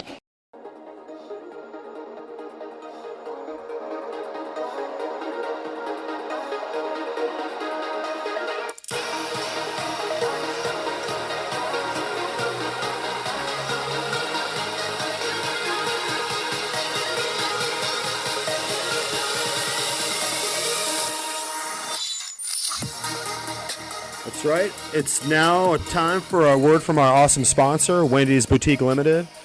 Wendy'sLimited.com. And Wendy'sLimited.com is offering the hottest new designer trends and brand name couture fashion styles. So you have to hear about Wendy's Boutique. Wendy'sLimited.com. Wendy'sLimited.com now has designer women's apparel and fine jewelry, sexy boutique fashions, very best prices online. And you know that at Wendy'sLimited.com, they know what a woman is, what a woman really is, right? So if you're a beautiful woman, or if you know a beautiful woman, and if you don't, stop listening to this show, okay? Right now, just stop. But if you happen to know a beautiful woman, and you are a beautiful woman, you have to know about Wendy'sLimited.com. So these are the sexiest boutique fashions anywhere, very best prices online, beautiful luxury products, guaranteed authentic, guaranteed, no Chinese knockoffs ever. So this is the real deal. This is the real, the legit, best prices, hottest couture gear, fragrances.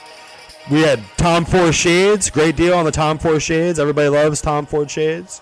So you can expect to find Gucci apparel, Hermes shoes, Prada jewelry, all at Wendy'sLimited.com. And you got to remember, Wendy'sLimited.com is really now famous for canceling Balenciaga when it mattered, right?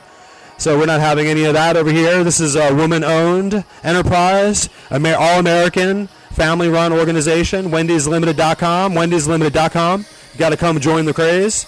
Hottest new designer trends, guys. Wendy's Boutique Limited. We need your support. And she's been courageous to support the show. Wendy'sLimited.com.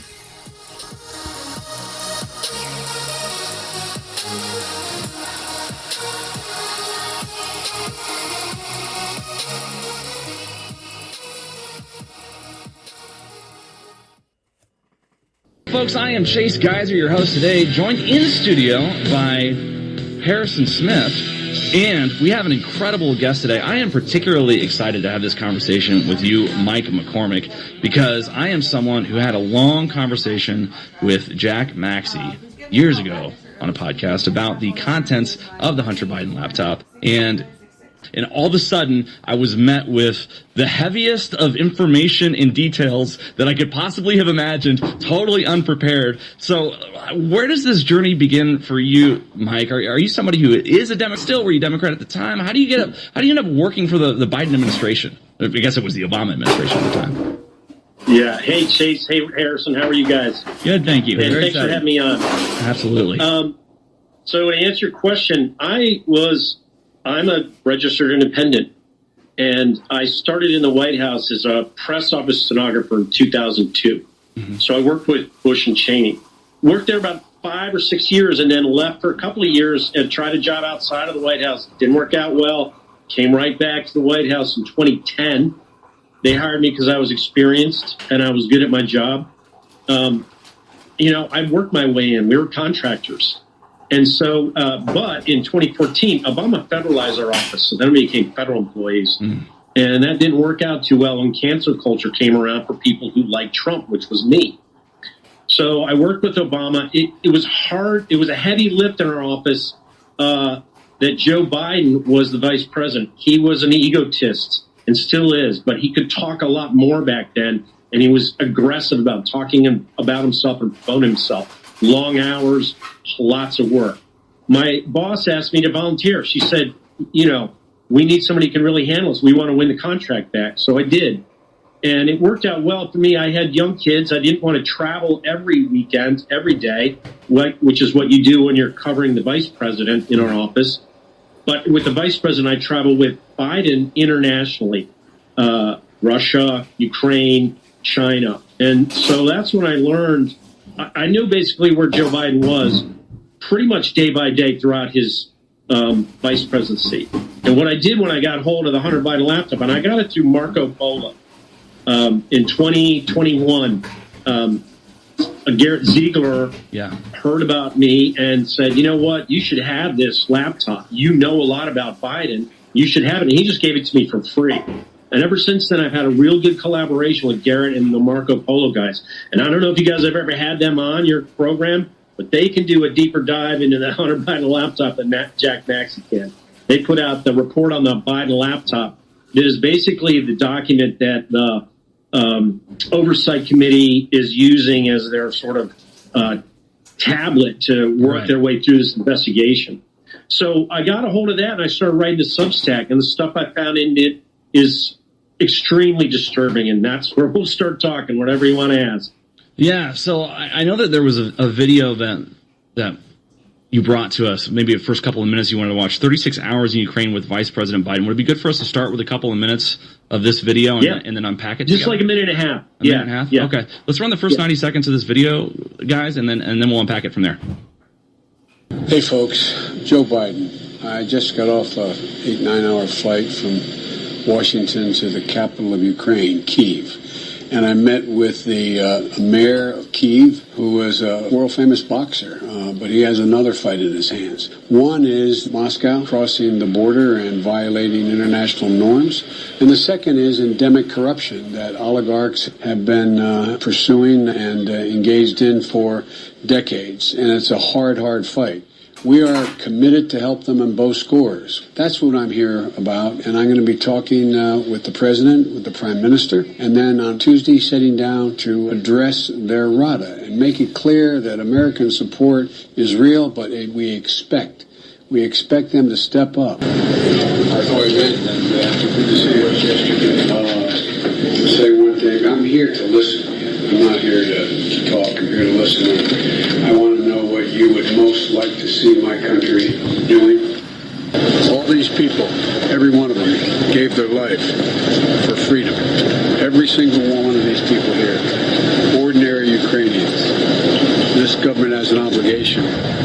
So my question for you about this video is this the same trip that Joe Biden famously referred to on a panel later on where he had threatened to withhold U.S. aid to Ukraine unless they fired the prosecutor that was looking into Burisma, or was that an isolated incident? Exact same trip, correct. Wow, I could just tell. And I was on that trip with them. I was on the plane with them for that trip. Wow. And I go into great detail in my book about this trip. But this is that was a crime. We just watched Joe Biden commit a crime.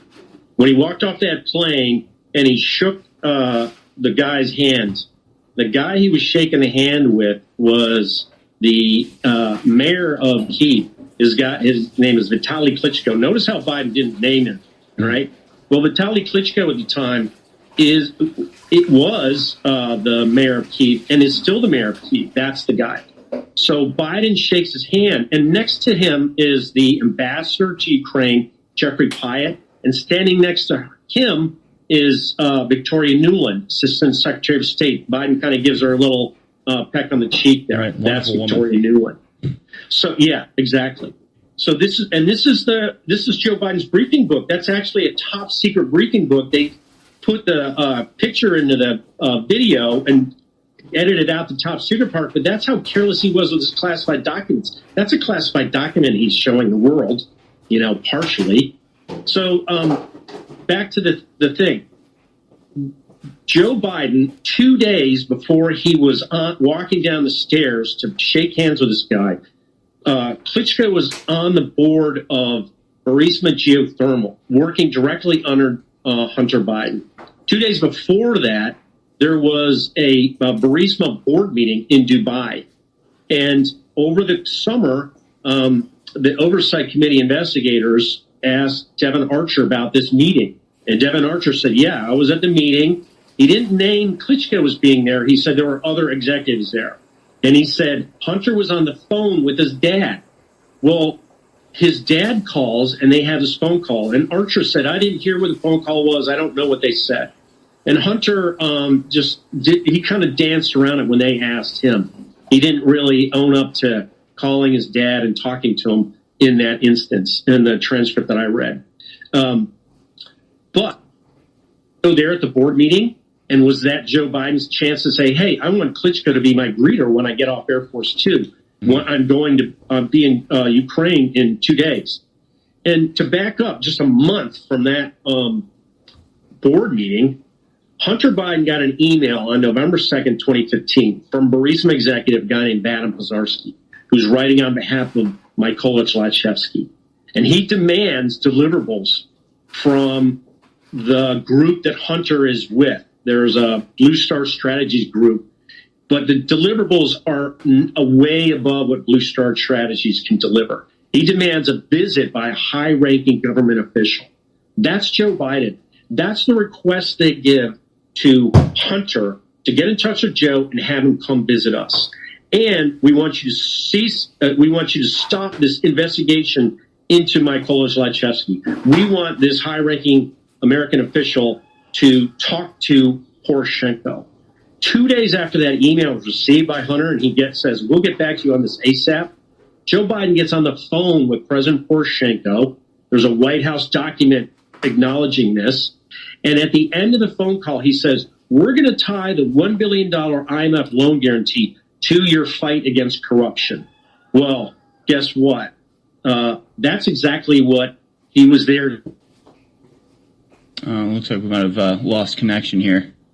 Yeah, folks, we're gonna try to reconnect with Mike McCormick there. It looks like his Skype may have frozen, and let him finish his thought there. But it's so crazy because I didn't realize that famous visit to Ukraine was in like a mini doc that they put out as a promo. Yeah, I didn't either. It's amazing that it was 10 years ago. I mean, he was already an old man back then, and of course, look at him now. And there's already so many things that I've just been jotting down what Mr. McCormick has been saying, because there's so many things that intrigue me, including just the personal aspect of Joe Biden. We know that if you just watch speeches of Joe Biden, or anytime he's in public, if somebody sort of contradicts him or questions him a little bit, he immediately that switch flips. And suddenly he's just yelling and he's vicious and angry, and it's something to behold. So I'd like to get into some of that as well. Looks like Mike is back here. Absolutely, Mike. Are you with us? Yeah. Hey guys. All right. So where you left off, if you know where we lost you, you were talking about Zlochevsky specifically and how the aid was tied into the anti-corruption. Right. So that whole trip was a crime scene. That was Joe Biden doing the bidding of Ukrainian oligarchs, specifically because his son was on the board of Burisma. Now, I was interviewed by the House Oversight Committee informally about a year ago. And I'll tell you a little inside information. I don't think they're going very far with this Oversight Committee investigation into Biden. As part of the interview, I needed parking. So I called, I was back and forth with one of the interviewers, and I go, can you get me to a parking pass? And he goes, yeah, I'll direct you to the parking site. So I pull up in front of their office building. He jumps in the car. We go around the corner. As I'm driving there, I see Congressman Matt Gaetz standing on the corner. And I'm like, hey, there's Congressman Matt Gaetz. I like Matt Gaetz. He's America first. He's, really pushing for Trump's point of view. Well, the guy next to me, the investigator next to me, just kind of grumbles. He groans. And I had the impression from that point on that this interview they were doing was just to check off a box. It was just a formality. And so I sat down and talked with him. I told him about this event. I didn't actually know about this video at the time. I didn't know the video connected so directly to Joe at the time. But in that interview with them, they told me how much they were focusing on this trip. And that's what made me look at this trip. And when I started looking at the trip, I found the email that Hunter goes back and forth. And that email, by the way, is verified by Hunter in testimony. The Democrats are always trying to say, oh, this was Russian disinformation in the laptop. It's not real. But the Oversight Committee got Hunter to admit that he had done this email. He had replied to that email. It's in his testimony. So that email is it's infallible. They can't attack it. So that whole trip was a crime. And it ended with him getting rid of Shokin. There's a lot in the book. I talk about the reporters that were with me on the book. Peter Baker from the New York Times was there. Margaret Talev, she's now at Axios, was there. And, what I put in the book is a direct repudiation of their reporting. I'm like, Joe Biden was on this trip. It was a criminal trip. And they should go back and redo their reporting or report on the updated version of what's happening based on what's in the laptop. And they're not doing that. They're covering for Joe Biden to this day. And that's amazing that it wasn't until after all this and when the laptop comes out, and the impression I'm getting, tell me if I'm wrong, is that sort of that put everything you'd experienced before into a different frame. So like while you were with Joe Biden, did anything stand out to you that you thought, oh, there's something shady going on here? Or was it only after seeing the laptop that you started sort of connecting the dots and realizing what was really going on behind the scenes? When I was with Joe, I knew he was a knucklehead. He was unpresidential. He talked like a goof. Foreign leaders didn't take him seriously. I wrote a book about it that came out in March 2020 called Joe Biden Unauthorized and the 2020 Crack of the Democratic Party. And it came out, and immediately the shutdowns hit, and nobody talked about Joe Biden for almost 9 months. And so, yes, I knew he was unpresidential, but I didn't know how evil he was until I got a hold of the laptop. And what's in the laptop is just evil. This, what he did in Burisma, what he did in Ukraine with Burisma was a crime. But there was another grift that he was doing in Ukraine with a company called Metabiota, and he was doing that with Hunter. And the difference between the Metabiota grift and the Burisma grift is there's not a public reckoning or record of how much Joe got from it. Not like Hunter's, million upon $1 million salary from Burisma to be on the board. That's if Joe Biden is doing what I said he's doing, which is changing U.S. policy for Burisma.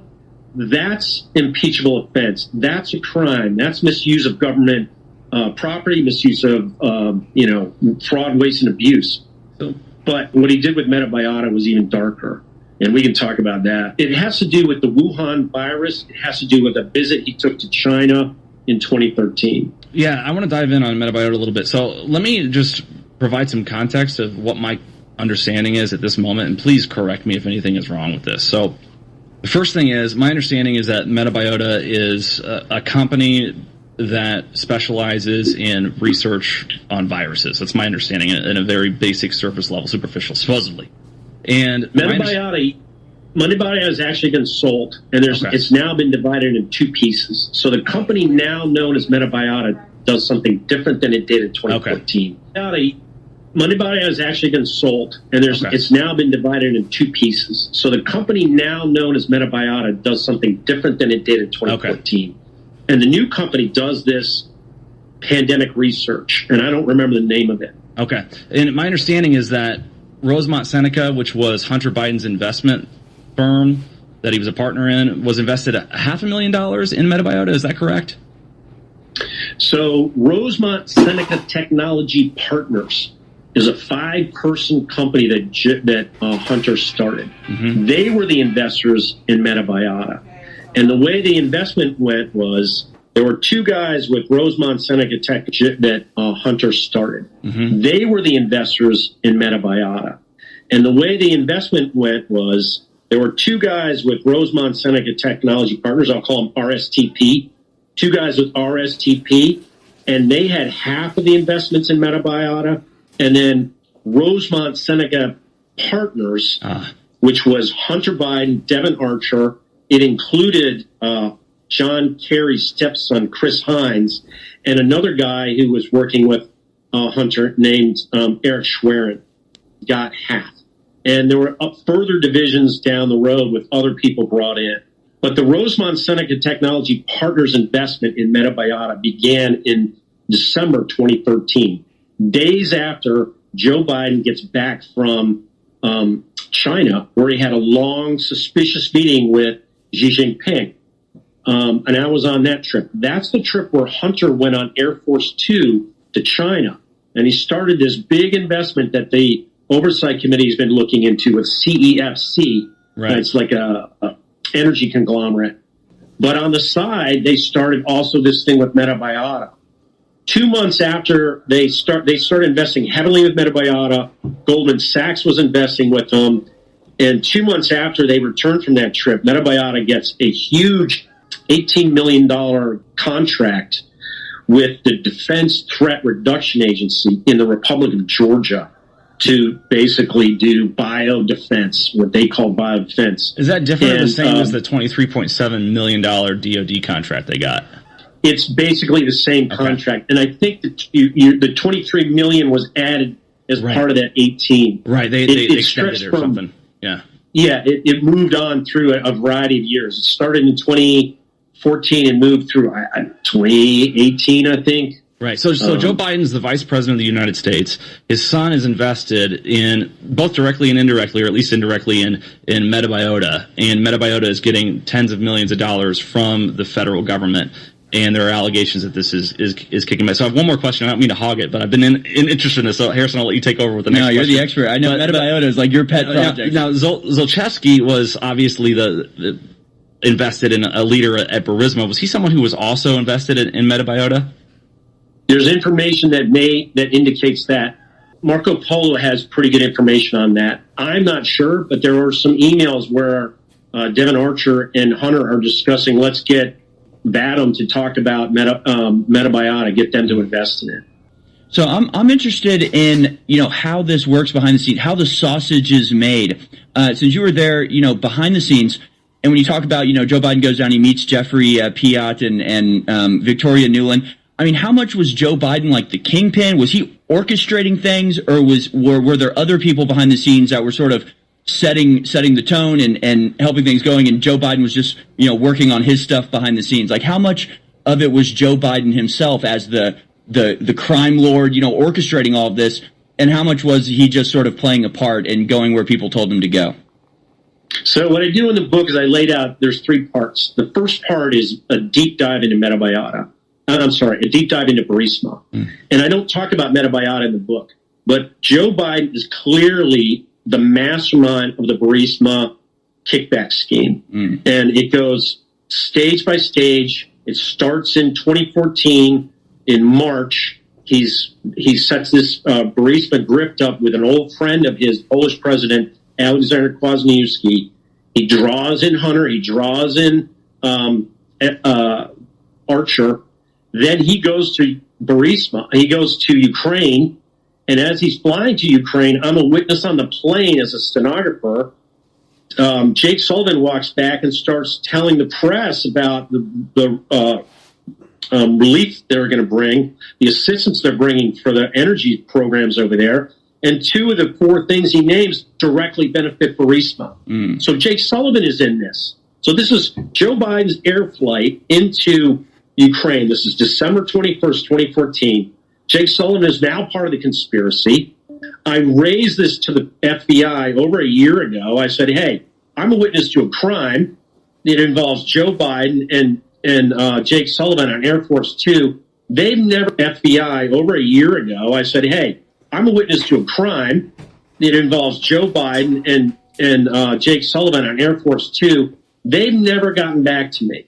Right. But they've also haven't arrested me. And if I had lied to them about any aspect of my witness tip I sent to their witness tip website, I'd be in jail right now. So they know it's true, and they've validated my evidence website.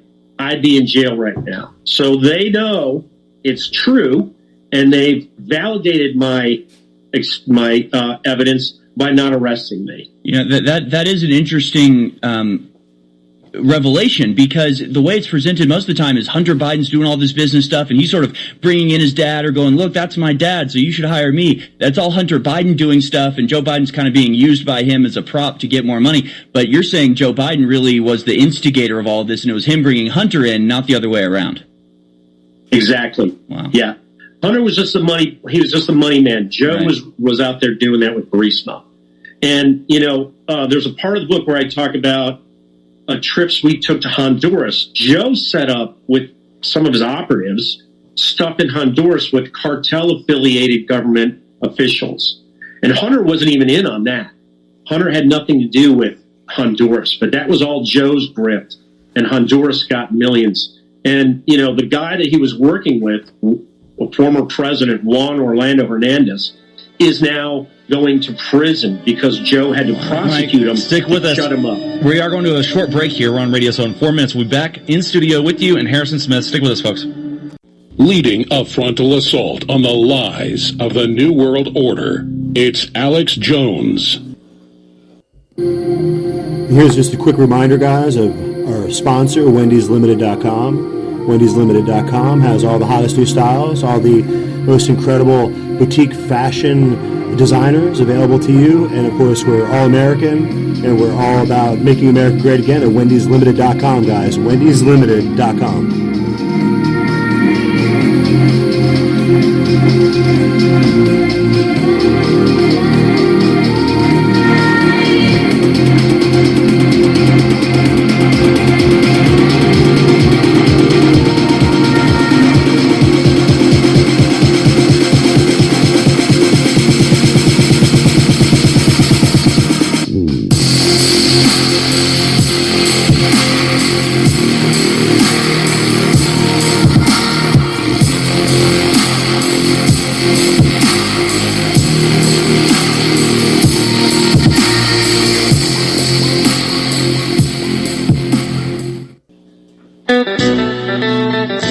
You found it, the tip of the spear. It is the Alex Jones Show. I hear people. All right, folks, this is the Alex Jones Show. I am Chase Geiser, joined in studio by the great Harrison Smith, and with this outstanding guest, Mike McCormick. Mike, I want to dive in a little bit to this dynamic between Joe and Hunter, because what's really interesting about what you said at the end of the last segment is how Joe Biden was the mastermind. Of course, it's hard to believe that Joe Biden's ever been a mastermind of anything now, but I guess, 10 years ago, things were different. But he was the mastermind and Hunter was a pawn rather than the other way around. And there's a couple things about that are intriguing to me. First of all, to pull off a scam, for lack of a better term, this sophisticated, that implies to me that Joe Biden has been doing this kind of thing for years. So if I decided today that I wanted to be a con artist and I somehow got lucky enough to be vice president of the United States, I would not even know where to begin if I wanted to do something like this. So the fact that he was able to pull this off so seamlessly seems to me to imply that he's got a bunch of experience in this. The second thing I want to ask you about is Joe Biden is famous for saying that Hunter Biden is the smartest person he knows. And it's hard to believe that because on the public side of things, all we see are these videos and images from the laptop of Hunter Biden obviously tweaking out on crack or cocaine or whatever, different drugs. From your experience having been around the Bidens for years, was it the case that Hunter Biden used to be fairly sharp and declined? Was he always kind of like what we see from the laptop? And can you dive in a little bit to how Joe Biden became such an expert at this level of corruption so abruptly? It wasn't abrupt. It was over decades. You know, Joe Biden was 50 years in the Senate. And over the course of that time, I mean, he was at 45 years, I think. I think he's at just over 50 now. So just between over 40, 10 years ago when he was doing these grips. He had a whole cadre of operatives that were very close to him. And he knew how to use them in through Washington. And one thing Joe Biden does really well is he can start things in Washington without people knowing it and stop things in Washington without people knowing it. And you see that every day in this lawfare case against President Trump. And so let's go to the grip that Joe Biden did. I'm going to go to the beginning of the Metabiota grift. So I just put out a Substack yesterday. Basically says, COVID, was it something Joe said? That's the title. And the reason I put it out was because in 2011, I was on a trip with him to, in August of 2011, to China. And he was meeting Vice President Xi. So at the time, the Chinese had set up this deal where, and the Chinese set it up. Obama tried to pretend that it was half his idea. It wasn't. The Chinese knew they were going to pull Joe Biden in, and they pulled him in. He's their Manchurian candidate. That started in December of 2011. I'm sorry, in January 2011. And that's almost days later is when Hunter starts doing business with Chinese businessmen aligned with the Chinese Communist Party. So in August, Joe goes over to Chengdu and he gives this speech. Chengdu is way down in the south. It's near giant panda land near the Himalayas.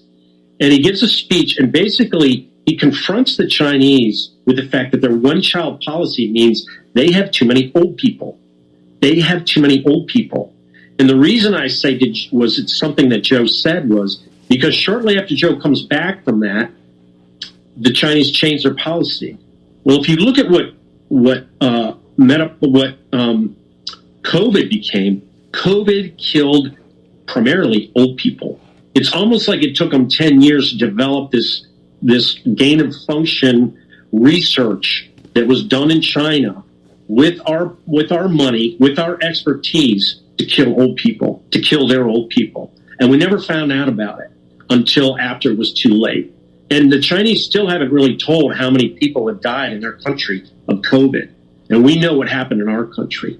So that was 2011.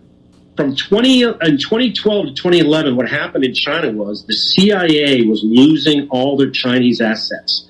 The Chinese Communist Party was going around arresting them, imprisoning them, or killing them. And they had this dearth of informants.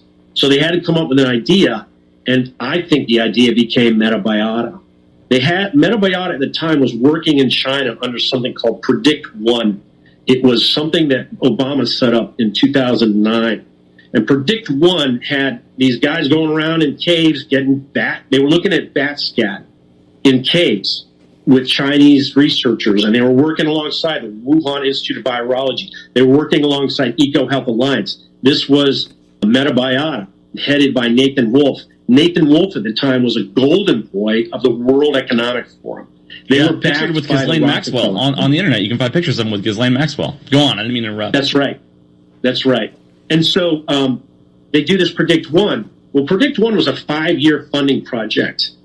Joe Biden goes to China in December of 2013. The funding for Predict One runs out in the fall of 2014. And what happens in 2013, 2014? Ebola erupts in Africa. Right. One of Metabiota's projects was to collect Ebola samples. They had a lab in Kinema, Sierra Leone, very close to where the Ebola outbreak began. And they were seen as being, by the locals, very suspicious of how they were handling the Ebola outbreak. So Ebola breaks out in the spring, and all of a sudden everybody's surging, assistance over there. Obama eventually had to send the U.S. Army Medical Corps over there to control it. But you know who else went over there? The Chinese went over there too. And so the Chinese learned from Ebola, and so did Obama. And what Obama did in October of 2014 was Ebola came back to America. And that was a crisis. And you know who was telling everybody it was a crisis? Donald Trump was a businessman then, and he had a huge Twitter following. He was tweeting about Obama's doing a terrible job because Ebola's coming here. And then it came here. And there's emails, in laptop emails, where the Metabiota guys are going, the Rosemont Syndicate Technology Partners guys are going, wow, Metabiota's valuation just doubled. Ebola landed here in America. Weeks later, they named Ron Klain as the Ebola czar. Ron Klain is one of Joe Biden's most trusted operatives. Why were they naming an operative, a political operative, as the Ebola czar and not naming, a medical professional? Right. And that was a question Ted Cruz asked then. Well, it's turned into a disaster. What happened out of that was, as I said, Predict 1 was coming to the end of its funding stream, and there's this Ebola crisis.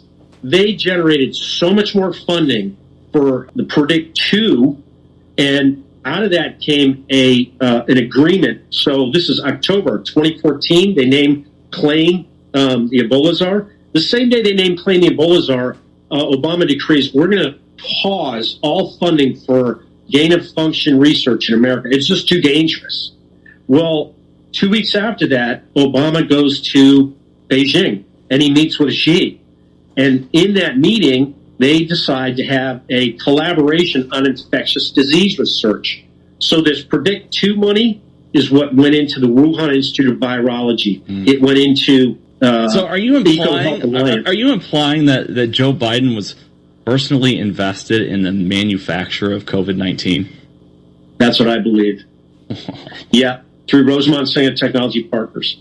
Hunter Biden had it. It turns out Obama founded ISIS and Biden founded COVID-19. Yeah, I mean that's what I believe, and that's why I told exactly what I'm telling you to a year ago to the Oversight Committee. That's why they won't have me come and testify. They don't care. That's why I wrote the book. The book I have, the evidence I have in the book about bereavement, if I testified to that under oath, would be the evidence that would impeach Joe Biden. But they don't want me to testify under oath, whether it's in front of the grand jury. And I've sent a copy of the book to the grand jury lawyers. Well, they've been sitting on all sorts of evidence for years, Mike. We are coming up on a break here. Stick with us, please, because I want to hear more from you on the other side.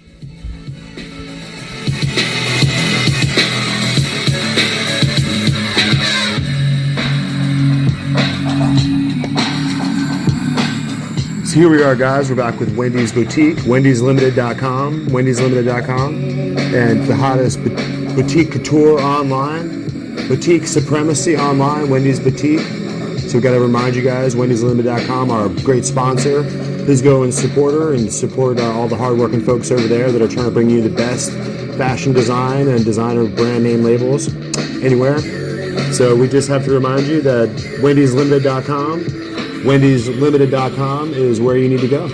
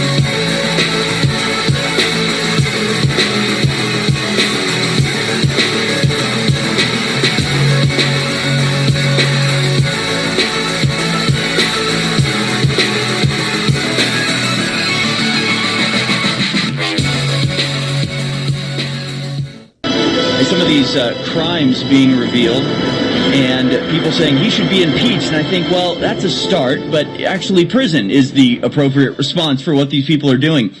If you had to answer like in one sentence, or, obviously you can take as long as you want, but if you're talking to a Democrat who thinks Joe Biden is the greatest thing since sliced bread, and they say, why should he be in prison? What did he do to go to prison for? What would be your answer? What is the most criminal thing you've discovered through your research of Joe Biden?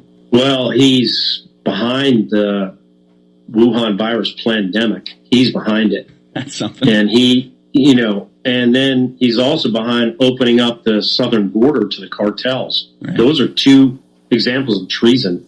He let the Chinese develop that Wuhan virus to the point where it became what it became. And, his henchman, Ron Klain became the chief proponent of the pandemic warnings alongside Fauci from 2017 on. Once Trump came in, they didn't expect Trump to win. Right. I mean, I was in that White House. They were shocked. And I was delighted. I used to have to watch Trump rallies on YouTube just to get through a boring Joe Biden speech. And they realized that Hillary Clinton was just phoning it in, and she was in trouble about middle of October. And all of a sudden, it all changed. So I'll get real back to Metabiota. CIA jumps into the Metabiota story in 2014 in October. There's an email, a laptop, Hunter Biden laptop email.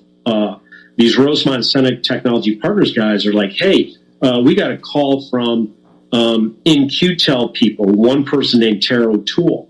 Well, Tara O'Toole was, InQtel is the venture capital arm of CIA, and Tara O'Toole was in charge of their biowarfare stuff. And she has a very dark history. So does InQtel. And what's his name? Robert F. Kennedy Jr. did a great job on it in his book, The Truth About Fauci, or The Real Anthony Fauci. So they jump in. And they're like, hey, InQtel wants to talk to Nathan Wolf. And then the next thing that happens is Hunter Biden gets dumped out of Rosemont Seneca Technology Partners because of the leak about his cocaine use. So other investors say, yeah, we can't have him. So he gets dumped out of it. So Hunter and Joe are involved financially in the early rounds of it. They've got a financial stake in the early rounds, but then the rest of this RSTP guys move on and become investors through something called pilot growth in Metabiota. So 2014, you've got the beginning of Predict 2. Donald Trump comes in 2016, and one of the things he says is, I'm going to cut funding. In 2019, Predict 2 ends in September. 3 months later, we get hit with Ebola. With the Wuhan virus. And the reports are indicating that the virus leaked in September, too. So even though it didn't really start until 2020, it is COVID-19 because at the end of 2019, that's when it allegedly sprung out of Wuhan, right? Right. And Fauci and Klain, basically from 2017 on, almost within a week of before Trump even comes into office, are warning there's going to be another pandemic in 5 years. They timed it to 5 years. Wow. And that's when the funding ran out. And Fauci, for the first time, was facing budget cuts under Trump. And they didn't like that. And the other, biowarfare contractors didn't like the cuts. So going back to Trump wins in 2016, then just after he wins, Obama's President's Council on Council of Advisors on Science and Technology, PCAST, comes out with this thing in the mid-November of 2016. Don't do anything more with gain of function. It's really dangerous. Don't do it. 2 months later, what does Obama do? He reinstates gain of function funding. Right before Trump comes in, Trump doesn't really have much say in it. Obama does. He reinstates it. And there's a meeting in the White House. This is like mid-January 2017. So there's a meeting. Who's there? Avril Haines, Lisa Monaco, and Susan Rice are part of this. And Avril Haines had been in the White House as an advisor. She came from the CIA, worked in the National Security Council. And you know who else worked in the National Security Council then? Alexander Vindman. And that guy Ciamella. So these guys were back and forth to Ukraine, and they were doing a lot of virus development in Ukraine, and that's what those guys probably would have known about. And Hunter Biden would have known about that too. Devin Archer took a trip in 2014 to Ukraine, and he went to the embassy. And, you know, what I talk about is I went to the oversight committee, and I told him all this stuff. And they didn't ask him, did you go to the U.S. Embassy in 2014 when you went there? They never asked him that question. They didn't ask him about Rosemont Seneca Technology Partners. None of those questions. So the Oversight Committee investigation is steering away from what Joe did with Metabiota, what Hunter did with Metabiota. They've raised it once with a guy named Rob Walker. In the very beginning of his interview, they say, were you part of Rosemont Seneca Technology Partners? Yes, I was. Wasn't Hunter Biden kicked out of there in October 2014? Yes, he was. Okay, thanks. And that's as far as they go. And they don't go into anything. So back to this January timeframe. They reinstate gain of function. They put this together, kind of a fake pandemic tabletop exercise for incoming Trump people. And then Joe Biden goes on a trip at the very end of his vice presidency to Ukraine and to the World Economic Forum in Davos. And who does he meet there? He meets Xi Jinping. And what happens days after Joe Biden leaves there? Bill Gates announces this new kind of vaccine technology they're coming out with. He calls it RNA, DNA, and he announces a big new vaccine program called CEPI, Coalition for Epidemic Preparedness Investment, I think, CEPI. And that all happened within days before Trump even got into the office. They were doing this in the World Economic Forum. This is the globalists setting up the Wuhan pandemic years ahead of time. And they spent the next 4 or 5 years getting it in place with the CIA. Tara O'Toole was part of it. They did all these tabletop pandemic exercises. Event 201 was part of it. Right. There was one called Clade X. And in Event 201, that's when George Gao, who was the Chinese, he was one of the guys that went with the Chinese to fight Ebola in Sierra Leone. He's sitting next to Avril Haines. She's now the Director of National Intelligence. She's a CIA operative. And they're having this conversation. And that's why she's not investigating. They knew everything that was coming. Right. And they set it up because they were getting their budgets cut and because they didn't like Trump. And who was behind all this? Ron Klain. Ron Klain knew what to do with changing the way the vote's structured. They had all this information behind the scenes as they did the Ebola shutdown. He's the Ebola czar. He was setting, basically they reverse engineered Ebola to set up what would happen with Wuhan. Now they're trying to do the same thing with Disease X, where they're creating these policies for something that hasn't happened yet. So when it happens, they can just trigger the operation and all the infrastructure, the dominoes fall, and everything falls into place. So it almost seems like... So if you want to hear the rest of that fascinating and incredible storyline, you'll have to go to the link below and check out the Alex Jones Show. And they've been doing extraordinary work lately. And I really didn't like the way that they couldn't find the courage at InfoWars at times to recognize the existential battle that the state of Israel and that Jewish people all across the America and Western civilization in the world are facing when they have to go to college and when they have to live their lives like normal people, right? So I wasn't very impressed by the lack of the spinal column that was required to stand up for the people of Israel and the state of Israel in their battle. And you know what? I backed America when we had to go to war in different situations, and sometimes Americans are called to war under the auspices of the entanglements and treaty alliances of various countries around the world, or we get drawn into warfare in order to protect nations that are allies to us. And and sometimes the reasoning is duplicitous, and you know what? At the same time, I stand with the men who have to go fight these battles. And these are men who are directed as our armed forces to go into warfare and to win. And we can be armchair quarterbacks later, historically, about what's taking place and what the machinations are and what the high level mechanics that are taking place behind the scenes that are moving the pieces into war, moving these men into war.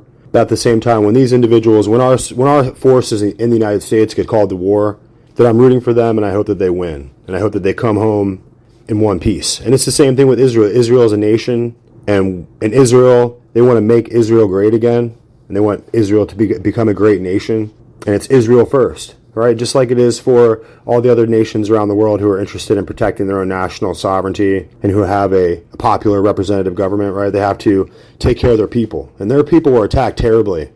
And so I'm not going to like armchair quarterback them when they're having to fight this war, but I hope that they win. I hope that they annihilate their enemies. I hope all the enemies of Israel fall.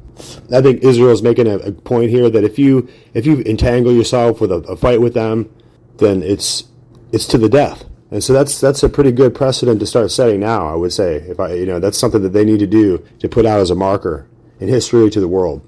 And maybe people will get hurt in these battles that shouldn't, and that's really sad and tragic. But it's not for us to sit here and take over college campuses and be psychopaths. And to think that we can, to be financed by Soros propaganda machines so that we become tools. Right? The BLM Antifa people just disrobe and change their masks and wear different garb, right? And they go up there and they wear weird Muslim Taliban hats, and they go around and now they're pro-Hamas, right? It's like the funding changes, the signs change a little bit, and the same whack jobs are up there trying to burn stuff down and hold up the highways and wave their signs around. It's just completely insane. It's ludicrous, and it's totally lost on the American people, who are totally numb to it now, and they're desensitized. I think all of us are to the propaganda mechanisms that are just basically chaos machines that are just leading us to war, leading us to this confrontation here in the United States. And these useful idiots and these idiots, the morons on the college campuses, they don't know what they're talking about or what they're doing. And they don't know how their Marxist professors and their philosophies merge with Islam, or what the meaning of this is historically, or they don't know what Palestine is or where it's at on a map. They really don't, guys. They really don't. But they're going to set themselves on fire anyway, because it's all about the hysteria. It's all about the next level psyop, right? The next level mass hysteria outbreak.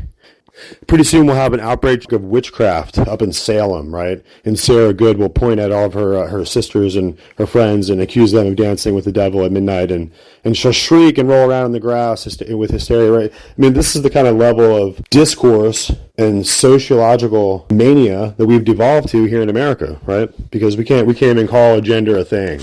We can't even admit that people don't have to go and betray their own racial characteristics and their own family members and their own historical past. They don't have to betray it to try to convince us at the same time that other racial groups are better than some racial groups or whatever. Right? These people have contrived themselves into convincing us all that men can be impregnated, and can have babies. And so as they slowly disintegrate psychologically in every way, right? And this is what they were discussing before, is that the outbreak of mental illness becomes endemic and becomes almost communicable, so that it's like an infection. And so these people, they're infecting one another with these idea viruses and this radical ideology, and they're foaming at the mouth, radicals, guys. And they're going to go, they've already taken themselves over the deep end.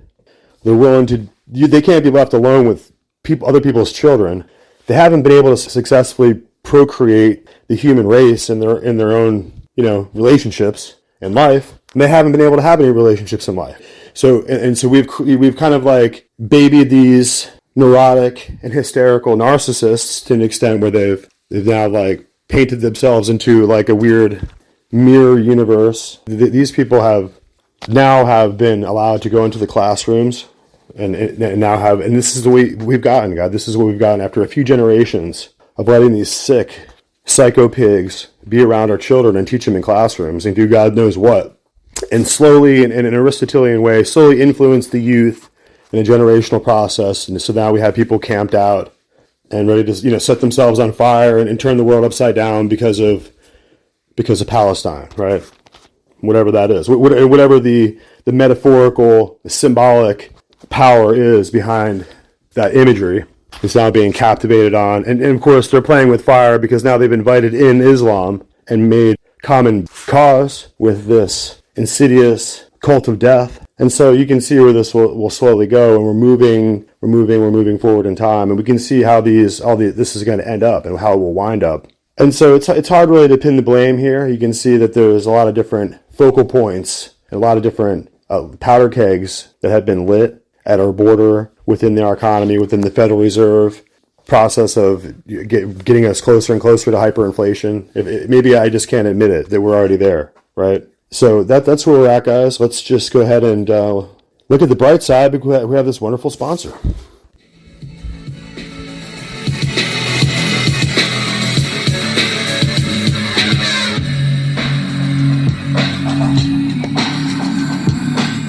So here we are, guys. We're back with Wendy's Boutique, wendyslimited.com, wendyslimited.com, and the hottest boutique couture online, boutique supremacy online, Wendy's Boutique. So we've got to remind you guys, wendyslimited.com, our great sponsor. Please go and support her and support all the hardworking folks over there that are trying to bring you the best fashion design and designer brand name labels anywhere. So we just have to remind you that wendyslimited.com, wendyslimited.com is where you need to go.